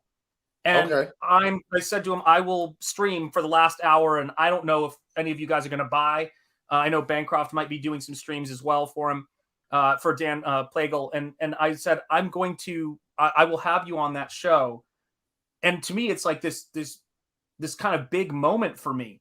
Regardless of what, I mean, just to be able to do it, I don't know if I'll be able to help the guy. He's at least going to get one sale from me because I'm smart enough that I'm going to make sure I back the book, so in case nobody else does, not a total loss. But that's what this is about. You know what I mean? It's America's not about you. It's not about me. It's about individual liberty for every citizen. Art is not about you. It's not about me. It's about all of our ability to express ourselves freely and not try to shut other people down, deplatform them, remove wrong books for wrong things. That's not what we're about, man. Yeah, I agree completely. And I think it's great that you'll have the Goblin Girl guy on. I think that's you had me on. Well, I saw something that you were doing, and I told you I have a friend who's a news broadcaster on sports radio in Denver, and I had him on my show. I think last Wednesday. His name's Cecil Lammy. He's a great NFL guy. He's very connected in the NFL, actually. And some people helped him out and got him on the radio and got him writing a newspaper column and all this stuff when he was early on, because he'd been really huffing it and really working for free and doing all this stuff for free for years. And he asked NFL former Denver Bronco, multi-Super Bowl champion who helped him in the radio stuff, why did you help me? And he said, because you never asked for anything. I just saw you working your ass off. And that's how I felt about you. I said, oh, look at this guy, Shanth. He makes these video intros. He's drawing a really killer-looking comic book, and he doesn't fucking ask for anything. He's my kind of guy. He's a shovel guy. He's here to dig the hole with us. We're digging a trench. Would you like a shovel? You know what I mean? Absolutely. And we didn't even ask you. You just showed up and said, hey, where the fuck are the shovels? Is this a private fight, or can anyone join? But again, as you know, one of my favorite Irish quotes in the world. Right. And you know what's funny is that when you think about investment, like when I make here's something that people don't know about Ethan that they should know about those videos, is that when I do a video and it bombs and nobody likes it, he doesn't bring my name up. He actually tries to support the video and it doesn't work. So he's going to take the shots he has the editorial control. But if the videos are terrible, do you know what I mean? It's not like my face is up there. Again, he's a great human shield. Right. And that goes back to the thing I was talking about a long time ago about, I think it's unnatural to live in the huge, overcrowded cities and be anonymous. And you don't know anyone around you, but you're living in an apartment building with 1,000 people, but you don't even know their names. Whereas you think of the old tribal way of living, a couple dozen, a couple hundred. Hey, that's the guy that tends the chickens. And if he doesn't tend the chickens, nobody gets eggs. That's the lady who sews all the whatever and fixes the garments. And if she does, and we're all responsible, beholden to each other, and we're happy to do it because I know I got your back, you got mine, and it keeps people in line. And I feel like we have that in Confiscate. You guys in the crowd, in the chat, what you don't know, but you could probably see the flowers of it when you see us interact. The beauty of our community that we have together. We have a private Twitter group where we all talk, and I prayed for people today in there because they had some stuff in their family, and we compare notes about campaigns, and it's a real community, but not the communism way where it's built on stealing and resent. It's actually built on, hey, you're going to work hard, Shanth, but I'm going to work hard too. I'm going to try and outdo you. You should try and outdo me. It's awesome. I want to address this comment, and I'll let you react in a second, Shanth, but I didn't want to let this one go by. Charles Lee said, it's like anything else. This is talking about using a process to achieve things. Sure. I said he said he started writing comic book scripts, and he wasn't any good at it. But I personally don't think I'm so good at it. I'm never going to be Denny O'Neil or John Ostrander, he says. But I do it every time and every day just because I love what I do. It makes me feel better about myself. Well, I would encourage you. I'm glad you have that attitude that you do it because you like it. But I'll promise you, if you keep doing it, you can literally be as good as Denny O'Neil. You can, given enough time, if you really pay the price. Like I said about the milkshakes and getting fatter, it has to happen. Yeah. If you practice writing the proper way, and that's not up to me to tell you how, it has to happen. So be encouraged, dude. As long as you stick to it every day, something has to happen. Yeah. The thing about it that is so funny to me is that, we've got individuals are a really great resource when everybody knows, what the rules are and where that crossover is. You know what I mean? It's like, if you're individual, again, if your rights, you have your rights, but they can't infringe on other people's rights. It's one of the most basic, kind of concepts of, the founding documents of this country. And so when I look at this kind of stuff and I look at the people that I like and the people that I'm inspired by in terms of their work, to me, I'm grateful that I don't have to wrestle with and bring resentment into every single thing I see. Because to me, that quote, boxing quote, Father Time is still undefeated. Right. So that's the person who wins, Right. I used to tell my students, because this is a little bit of my probably my South Asian upbringing. It's a little dark, but I used to tell my students, what's funny? I said, I don't know where your story is going to take you, but I can tell you how it ends. And the thing is that I would say to them but there's a funny thing in confronting that, where you realize I'm trying to learn how to play the violin right now. I will never be a great violinist, and I'm trying to learn Christmas songs because I love Christmas. I'm actually learning Little Drummer Boy. And the thing is that good call back. That's kind of funny. And it all comes back to that, right? And it's like, but this is the thing. The only way that Shanth will ever have an experience of the violin, playing it, not just listening to it, is if I play it, whether it's great or not. It's my only shot. So the only chance, if you love writing and you dedicate time to something you love, you will never regret that. If you need it to do something else for you that it doesn't merit, that's the only time it's a problem. But there's nothing wrong. Like if I'm not going to be Mr. Universe unless I get a body transplant. Okay? Like that's, you know what I mean? And it's like, but that's not the point of it. If I work out, it will improve my life and my health. If I don't, it won't. And I'm the only person who can take care of this meat vehicle. Right. That's it. Yeah. I think one thing I think about what you're saying about your one chance, and then you're telling someone, I don't know how your story's going to go or whatever, but I know where it's going to end or how it's going to end. I think when we confront our own mortality and you tell yourself, I am going to die one day for sure. Everyone is. There is no, okay, well, that was your life, Shanth, and now, okay, here's now your second life. What'd you learn in the first one? Apply it to the second one. At least I don't believe that. Maybe some of you out there believe in reincarnation. I definitely don't. And I find it a terrifying idea. I want to say that I don't want to waste this. This is my shot. Yeah. I don't want to waste this. I want to. I'm going to screw up. I'm going to hurt people. I'm going to do wrong things. This, that, but damn it, I'm going to try and get it right. You know what I mean? I'm going to really try, because this is it, man. It's not dress rehearsal. It's like, we're live, go.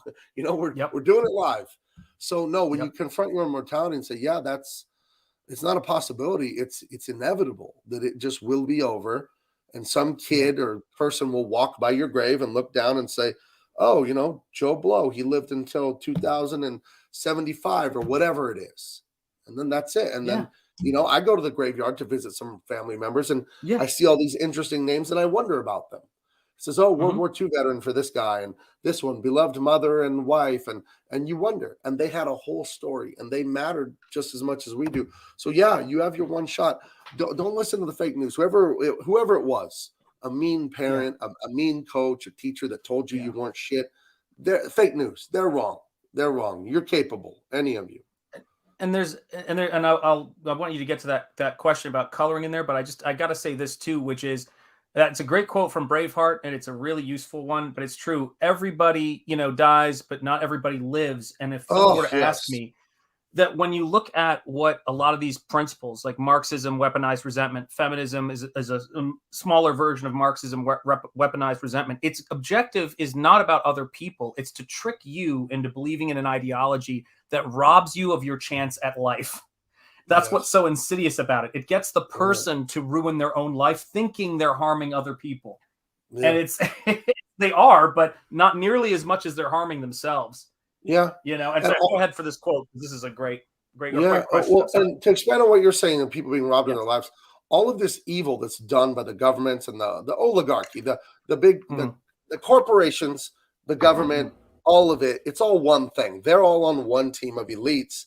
And I'm sorry, but you might as well put a brass bell around your neck, because they see all of us as cattle. They do. Yeah. They do not see you as a human.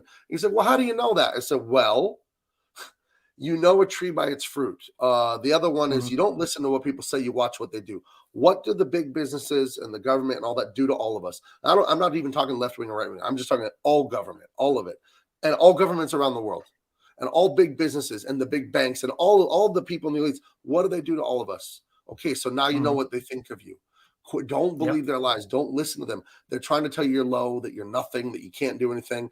That the big life, that's for somebody else. You stay in your lane and just do nothing and just take some drugs or whatever. But just when you realize that you're seen as cattle, and you're not, but you're seen that way, a lot of this shit makes sense. Let me address this question here. CB Smallwood says, Gabe, what is the biggest mistake some colorist makes when coloring a page? Very interested in hearing your thoughts, because I may color my comic myself due to lack of funds. Well, CB, I'm very proud of you for making your own comic, first of all. Yeah, congratulations. Because you've done 99% of what most people don't do in life is you dare. You try. So that's awesome. I don't care if your comic is a piece of shit. At least you're trying. If I have to give you a fast answer, the biggest mistake you make in coloring, and Shanth, I want you to go after me on this one. I would say it's over-detailing things. Over-detailing things. People get in there with Photoshop, and this thing is a magic machine, and they can do everything. So they decide to do everything. They put a highlight on this abdomen, and this one, and this one, and this rib, and the eyelash, and this strand of hair, and this strand, and you destroy the image when you do that. Because the brain, the amygdala, the animal part of the brain, it's all in art, it's pattern recognition. It's looking for the big shape. So that's why Jack Kirby is the king of comics. His people are objectively ugly. But his big shapes of just the outlet, imagine the silhouette of a body. That's the most important part of a drawing. When you see your real life friends from 2 blocks away, you can't see their eyes and nose and all that. But that one's Jake and that one's Manny, because you see their silhouettes and you see their body language and you recognize the big idea. Doug TenNapel, great video game designer and animator and all that. He told me when I was coloring Bigfoot Bill, I was putting too many details. He said, what we're looking for is 2-dimensional clarity with 3-dimensional volume. But he said, let the big shape win. When he told me those 5 words, it transformed my art for the rest of my life. He said, let the big shape win. So when you're coloring, do not over render, over detail. Let the big shape win, and then pick your little highlights, your little details. Pick them very carefully. And the last part of that, in Photoshop, add a black and white filter over everything and click it off and on. and look at your color art in black and white and see where those big shapes are and if they're popping and you're leading the eye around the page. So the biggest mistake people make in coloring is too many details. After that, it would be using local color, but maybe Shanth can address that or whatever you want to say about it, Shanth. Well, what do you think about the color? biggest thing that I found, and this actually just backing up what you said, is whenever I'm working on a piece and the color's not working, typically the problem is value. Right. Typically it's I've got too many, middle tones or that. But the other big thing is that when I took I learned almost nothing in my painting classes when I was in college, because I don't know if, frankly, half my teachers knew how to paint. But the big thing I ran into was the fact that I tried to use every single color they gave me, and working with a limited palette with 2 complementary colors and knowing where you're going to look or where the reader needs to look is pretty much everything. And it's like, I mean, in terms of if your minimum goal, which is the one I always started with, which is I got to make sure people know what they're looking at. It helps if you don't work against yourself in making things clear. That's why, complementary colors are so strong. You get the matrix that's green and you say, do you want the blue pill or the red pill? Well, obviously the red is the complementary color, so they're going to see it. Look at Gabe's background right there, and so when you understand, how things work, how psychology works, you get Finding Nemo. You've got an orange fish and blue water. You're going to find Nemo, it's like, so, but I mean, to me, it's I would tell you this. Here's a something that people don't talk about enough, right? And this is a big one. Is if you want to learn how to be a colorist, look at great colorists, and I consider my brother from another mother here, Gabe, to be one of those.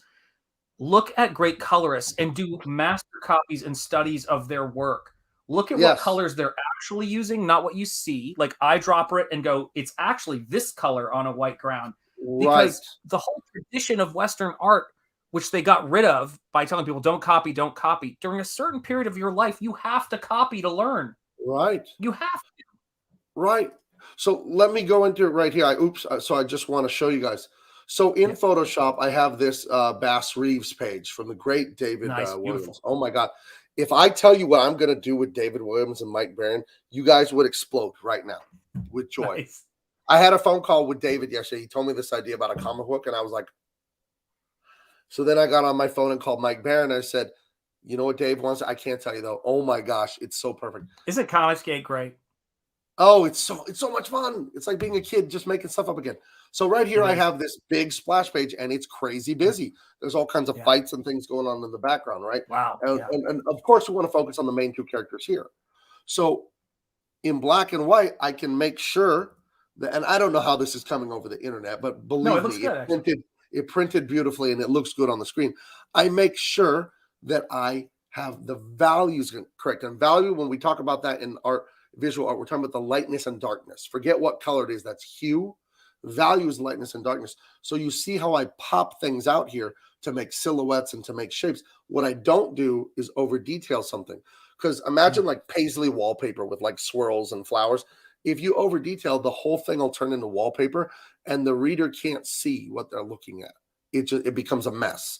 So again, that's why I like knocked out the background. Okay, so you look at that. That's not as clear, right? So what I did is I lightened some of the background.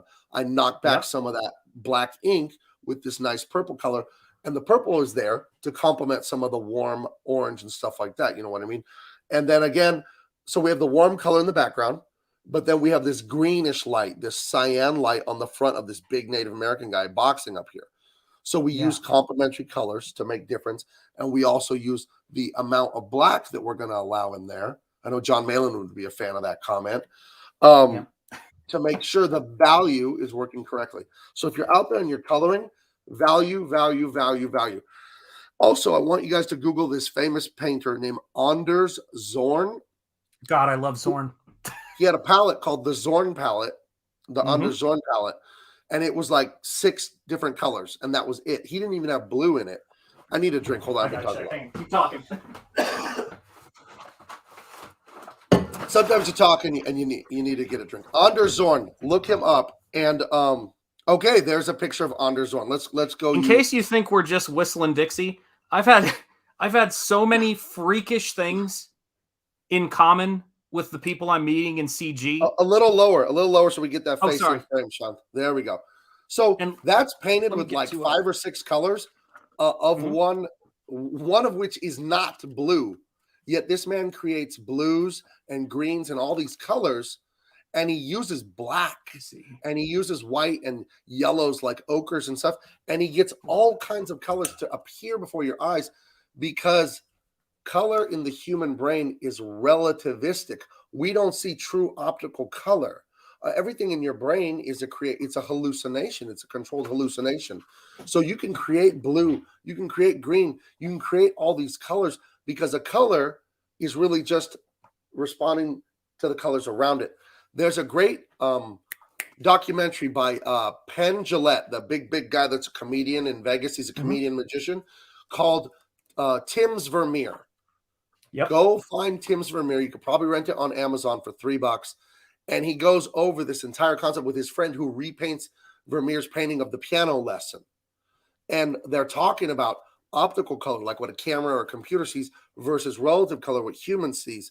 And you need to check this out. But again, if you're coloring, it's all about value, and it's all about understanding that value and color are there's no blue in this guy's palette. Look at that. But he's getting her nice, cool, that's actually gray that she's wearing. But in your mind, you're seeing blue in her dress, aren't you? I'm seeing a gray And that blue. ring is blobs of paint. Right. It's incredible. Look at the newspaper. Yeah, it's insanity how good this guy is. But don't be an SJW. Go, oh, I can't stand this guy. He's so good. Say to yourself, I can be like Anders Zorn. Because there was a time when Anders Zorn sucked at painting. There was. He wasn't born knowing how to do this. There's talent for sure. But I always liken God-given talent to being tall. 99.999% of people who are 7 feet tall are not in the NBA. Of course, it helps. But being tall isn't the only thing that gets you there. So yes, artistic people, we have a talent for art, sure. But then God also gives us the opportunity to practice a lot. So if you have the opportunity to practice, you can do it, guys, for sure. So I'm glad we were given how these happy brains does it make and you? Go. Yeah. I want to ask you this. How happy does it make you that I knew who Anders Zorn was? The same level of happiness that makes you that I know who Anders Zorn is. Okay. Do you get what I mean? Absolutely. To quote C.S. Lewis, right? We're all looking for the whole Inklings philosophy. We're all looking for people who have some inkling of what we're talking about. Yeah. You know what I mean? And how fortunate is it? This is the exponential benefit of being around motivated, driven people. You bring up a subject. This is just like being on a team, which is different than being, and again, in a communist setting, which is you bring up a subject, I grab the book, I hold the book, you talk about the subject. Amazing. And it magnifies what we're doing for art. Look at this. For these guys who are here, we're talking about paint and art. Apparently, we're just a bunch of, knuckle dragging Neanderthals, who don't think about this stuff. And yet you've got, listen, if they didn't have to hate us for how we think and view the world, they would probably love sophisticated, intelligent, hardworking, disciplined people named, Gabe, El Taib, and Shanth and Jetty, right? Unfortunately, their ideology prevents them from enjoying our company when we're doing nothing to rob them of it. Well, before they knew my politics, I was their hero. They loved me. As soon as they found out I vote incorrectly, then it was like, oh. Yeah, funny, I asked Ethan about this on the stream I was on before. I asked him and Malin and Patrick Parnell, I said, what is it like being called a racist and a white supremacist and all that? So because they never attacked me that way. They said, oh, you're a jerk and you're this and you're that. But they never called me a white supremacist or anything because it doesn't make any fucking sense. And I really felt for Ethan and John and them. Yeah. And John had a brilliant answer, though. He said he just leans into it and trolls them and says racist shit and then gives them a double middle finger. And I think that's a brilliant response, So for me, I got, and we're going to say hi to the super chat here. Hey, Vero Frady, thank you for the $5. Yeah. No comment, and this, oh, okay. It was a super sticker. I was wondering if that was still up there. Okay. And yeah, thank you so much for the $5. It's humbling that you would pay to say hello to me. So thank you so much. Yeah, much love. Well, this is the thing. I got into CG under false pretenses. you know, I actually thought it was a white nationalist supremacy organization. So I was trying to get in to try to break that glass ceiling. And at first I thought Ethan was just speaking in code and being nice to me ironically. But when I figured out he was a decent human being, by that point I was in too deep. Right. So I don't even know.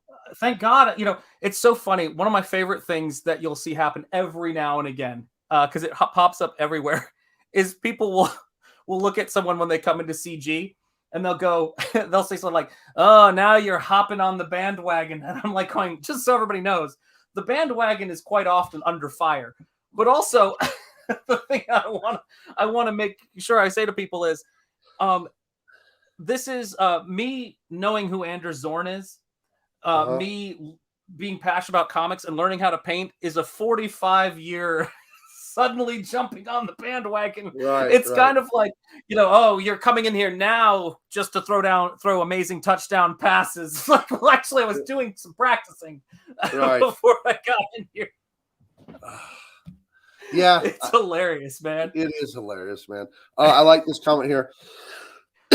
Race Dorman says this stream is a better art education than you can get at most colleges. A little bit of trivia here for those of you that don't know. Shanth, he was part of the problem, guys. He was at the university system. No, he was an awesome art teacher for many years. One of the most prestigious art schools in the world, RISD, up there in the smallest state in the union. Well, this is the thing, guys, and this is I can't overstate this, which is that when I talk about these things, I've seen these things, and I've seen, you know, I've been inside of these institutions, and the thing that and I've worked in them for years, and I always it's funny, maybe I'm a slow study, but from the time I started teaching, I always had a certain set of principles, and it never dawned on me what other people were against because I don't think that way. And so I would ask my students all these questions, but my whole goal was to make sure that they got the technical skills that made their education worth it. And I always knew that people had a different philosophy of how to make art, and being the open-minded person I was like, their way's their way, you know, I'm not going to try to judge it, and, you know, I'll try to be understanding of it. But what I didn't realize is they hated my way. They hated that my classes would get popular, that students would come to me, and you laugh about this. The most loved I ever was as an academic, and I have no problem saying this, is when people only knew me for my color and didn't know I was a great teacher and a great artist. That's when the problem started. If I had been incompetent and they could have put me in a box and say, well, he's not threatening to me, so we'll just give him success he didn't earn, but we'll know deep down without us he'd be nothing. It's the opposite. The more your class has, and my class has had, I didn't just teach at RISD, you know, RISD. I had the highest wait list there of any part-time professor. Wow. And I was like, my classes were packed, and you would think, right, that being a professor of color or all this sort of stuff, that you're going to be advanced. But that's the thing. I wasn't. I was a skilled craftsperson. And that outweighs, that goes against the narrative. The narrative is you shouldn't be able to be successful. And they work damn hard to make sure that they stop that from happening for their religion. Yeah. And so they don't want, I always say this is what any bad situation's like. And perhaps you can relate to this too from your own industry experiences. And I do say I worked in the education industry. Let's stop calling it not an industry. It is an industry. Is that, what they do is you spend your entire time there on your knees. And when you try to get to your feet, they shove you to the ground. Right. And when you finally get so frustrated that you crawl away from it, you get about 10 feet away and they say, no, please come back. We'll help you to your knees. And that's the reality of it. You will never be allowed to stand. It's perpetual being thwarted of trying to get to your feet. That's that communist satanic worship of self. No one can stand up higher than me. How dare you stand up? The communists had this concept, and I forgot what it was called, but it was something about cutting the tall flowers or something. And they would basically take out the outstanding people in society. Because how dare someone have something more than someone else?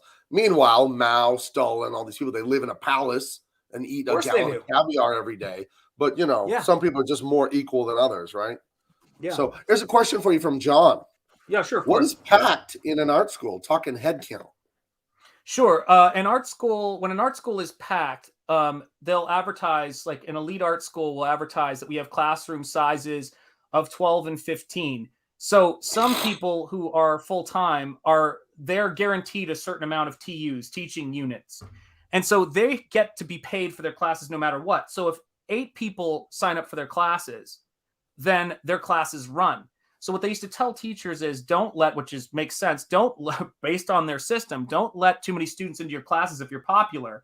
Make them have to take other classes so that we can distribute things. So my classes would have 20 people in them with a typical classroom filling with only about 12, and then have a wait list of 25. Wow. At a place where you think about this too. People wanted to take my classes based on how good of a teacher I was and how I was able to help people learn how to do things. And you know this, when you're good at something, I always thought that being good at something, and maybe having a family is a part of this, but being good at something like helping people, which I care about and I'm passionate about, artwork, would be enough for me to do it. But at a certain point, when you start realizing that, it's why it's so important to support. I'm sorry to get on a Comicsgate rant here, but it's why it's so important to support Comicsgate. When you buy those back issues, right, which I get, I do it too, but when you put your money into that, and if it makes its way to the company, I think it's frustrating. And by the way, do buy those back issues, because most of that money is going to Comicsgaters. But it's like those great back issues, right? But here's the thing. I'm excited about my royalties. We get royalties every quarter, and the way it's set up, I get it right around Christmas, right before, right after. So I'm excited for my DC royalties. They have to pay me 9 years past my death to my wife, so. Yeah, but this is the thing people have got to understand, right? They don't use that money to honor that legacy that you worked so hard to honor. They take that money and hand it off to somebody who hates it. That's what happened. Yeah. I was working to grow the institution for full-timers who did none of that work that was responsible for the success, or for adjuncts who didn't do that work and no one wanted to take their classes. So I got to a certain point where I said, and this is why, Comicsgate and my first 2 art books were big for me, is that I was the first art book I did, when I saw that just on my own, I could make money. Like that people, like I knew for the first time, nobody could come to me and say, well, the college is really, RISD's what was carrying you. Yeah. That's why I started teaching at a small art school. Them. Yeah. Yeah. I mean, it's crazy. I don't think I lost DC. They lost me. Are you fucking kidding me? Yeah. I know how good I am. They worked. Like, are you kidding me? Like, yeah, you lose.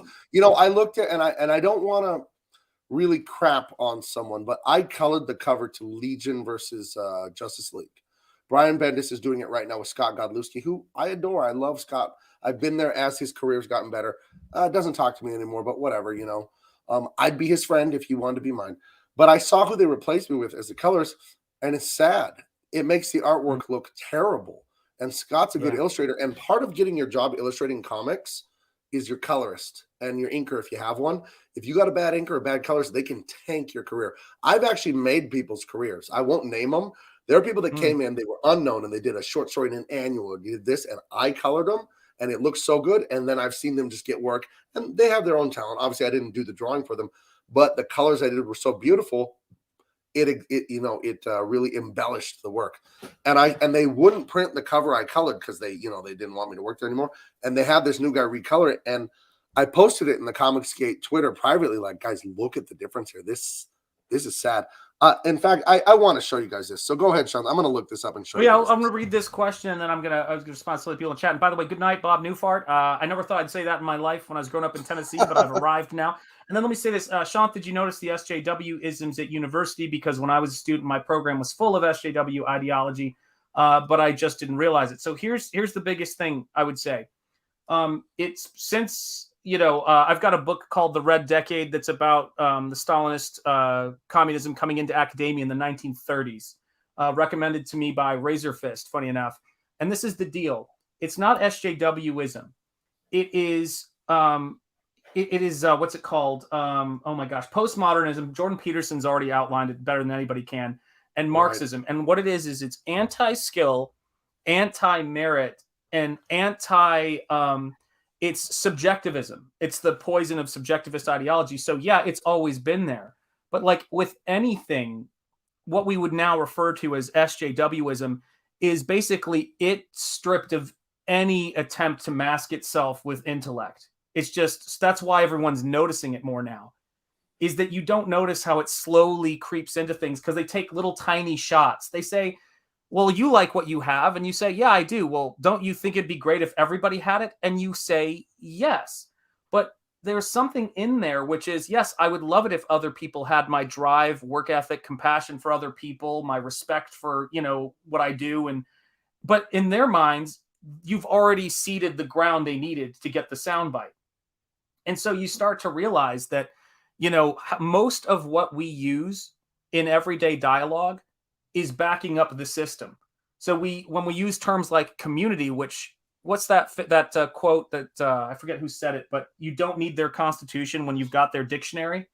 Right. The fact that the word art, which should be about aesthetics, now means anti-aesthetics. It now means creating ugliness for a connoisseur class, is their victory. So if you want to understand art history, there's only one art history book. It's out of print, came out in the 70s, and it's against all this stuff. It's a book by a guy named Gowans, and it's called The Unchanging Arts. And it basically destroys all of the modern art thinking. It's brilliant. So check it out. Go ahead, man. Go, brother, go. I'm having trouble finding. I'm sorry. I found mine, but I'm trying to find this cover. I'm sorry. I want to show it because it's such a striking example of the thing I said earlier about rubbing jalapenos in your own eyes to own somebody. But everything I'm finding online is showing my cover and not the one where this other guy colored it and just did a hatchet job. It's so I can't find it. I don't know. I'll show you guys my cover. But here it is here. And the cover the guy did, I wish I could find it. It's very hard to find. It has no detail on it at all. It's really just a lot of like I don't know, just like a lot of tones that are just lightened up. But I really liked working on this stuff. It's such a shame that they've turned into what they turned into. I don't even know who this new Golden Lantern is.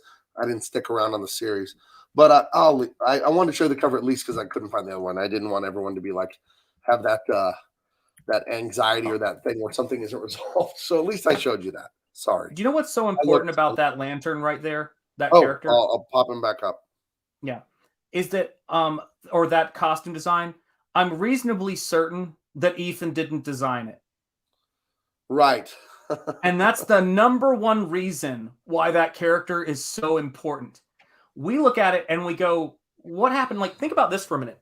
All the characters that Ethan designed in that mythos, which I didn't read. I got into Ethan because of Cyberfrog and the new Cyberfrog launch. Oh, really? That's why I got into him. Like, he pulled me back into, indie. Well, I was already collecting old stuff, and comics have been my life forever, but he pulled me really back. He reignited my passion for it.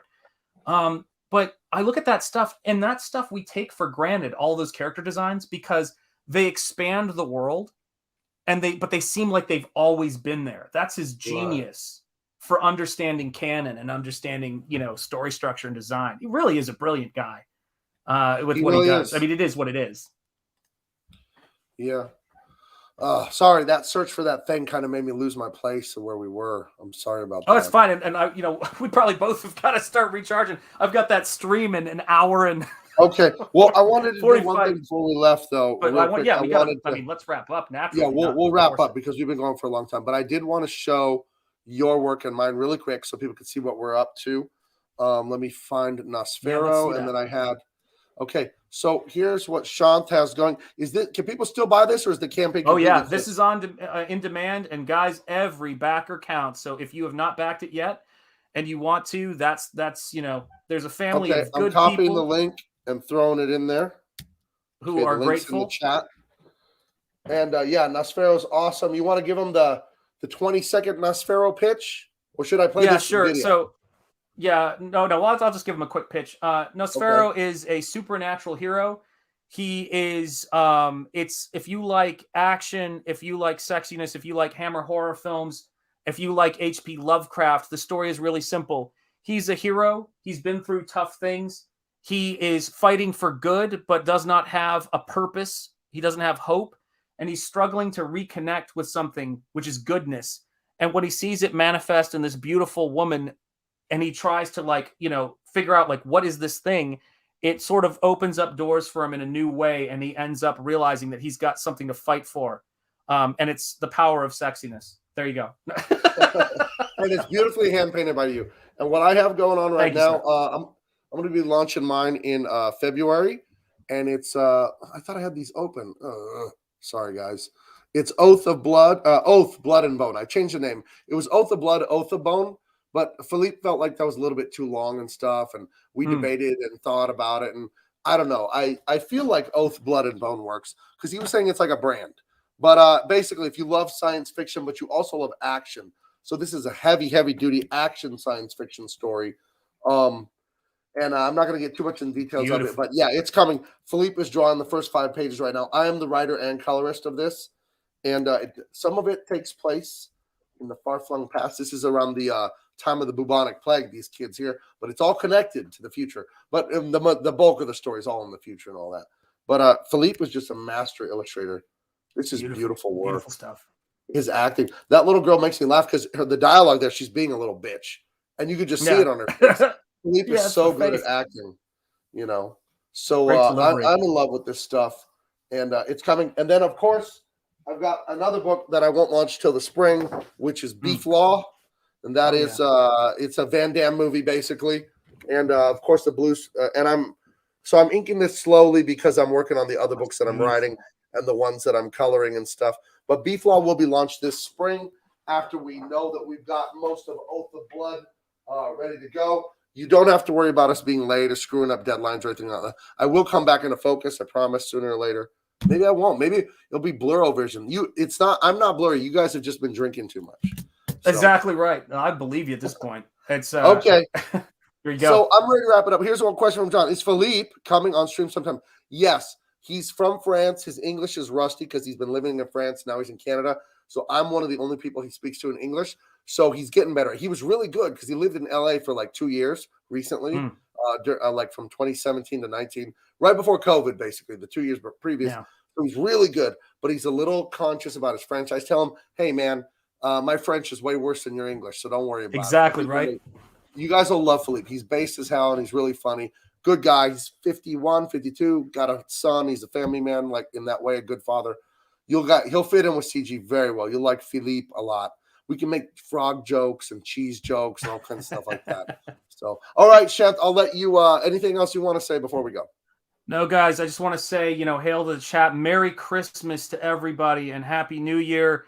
And, and I just want to say how much I appreciate Comicsgate and I appreciate Gabe and all of the great people that I'm meeting. It really is like a shot in the arm creatively. And you guys backing these books, we talked about moving the needle back in the day. There are real consequences in the best possible sense when you guys back these books. You are really doing something to support what you do want to see happening in the world. And instead of, being endlessly frustrated about supporting people who hate you and fighting things that you don't want to see. Right. And it's something that's great to be a part of. And I thank you guys for the opportunity. Yeah. Thank you all very much. If I don't see you again on a stream, I probably will. But if I don't see you again before then, Merry Christmas, Happy New Year's. Thank you so much, Shanth. I will see you around, buddy. Yeah, absolutely. Next Wednesday, most likely, unless you got some holiday stuff going on. But we'll talk, okay? Later on, guys. All right. Take care, everybody.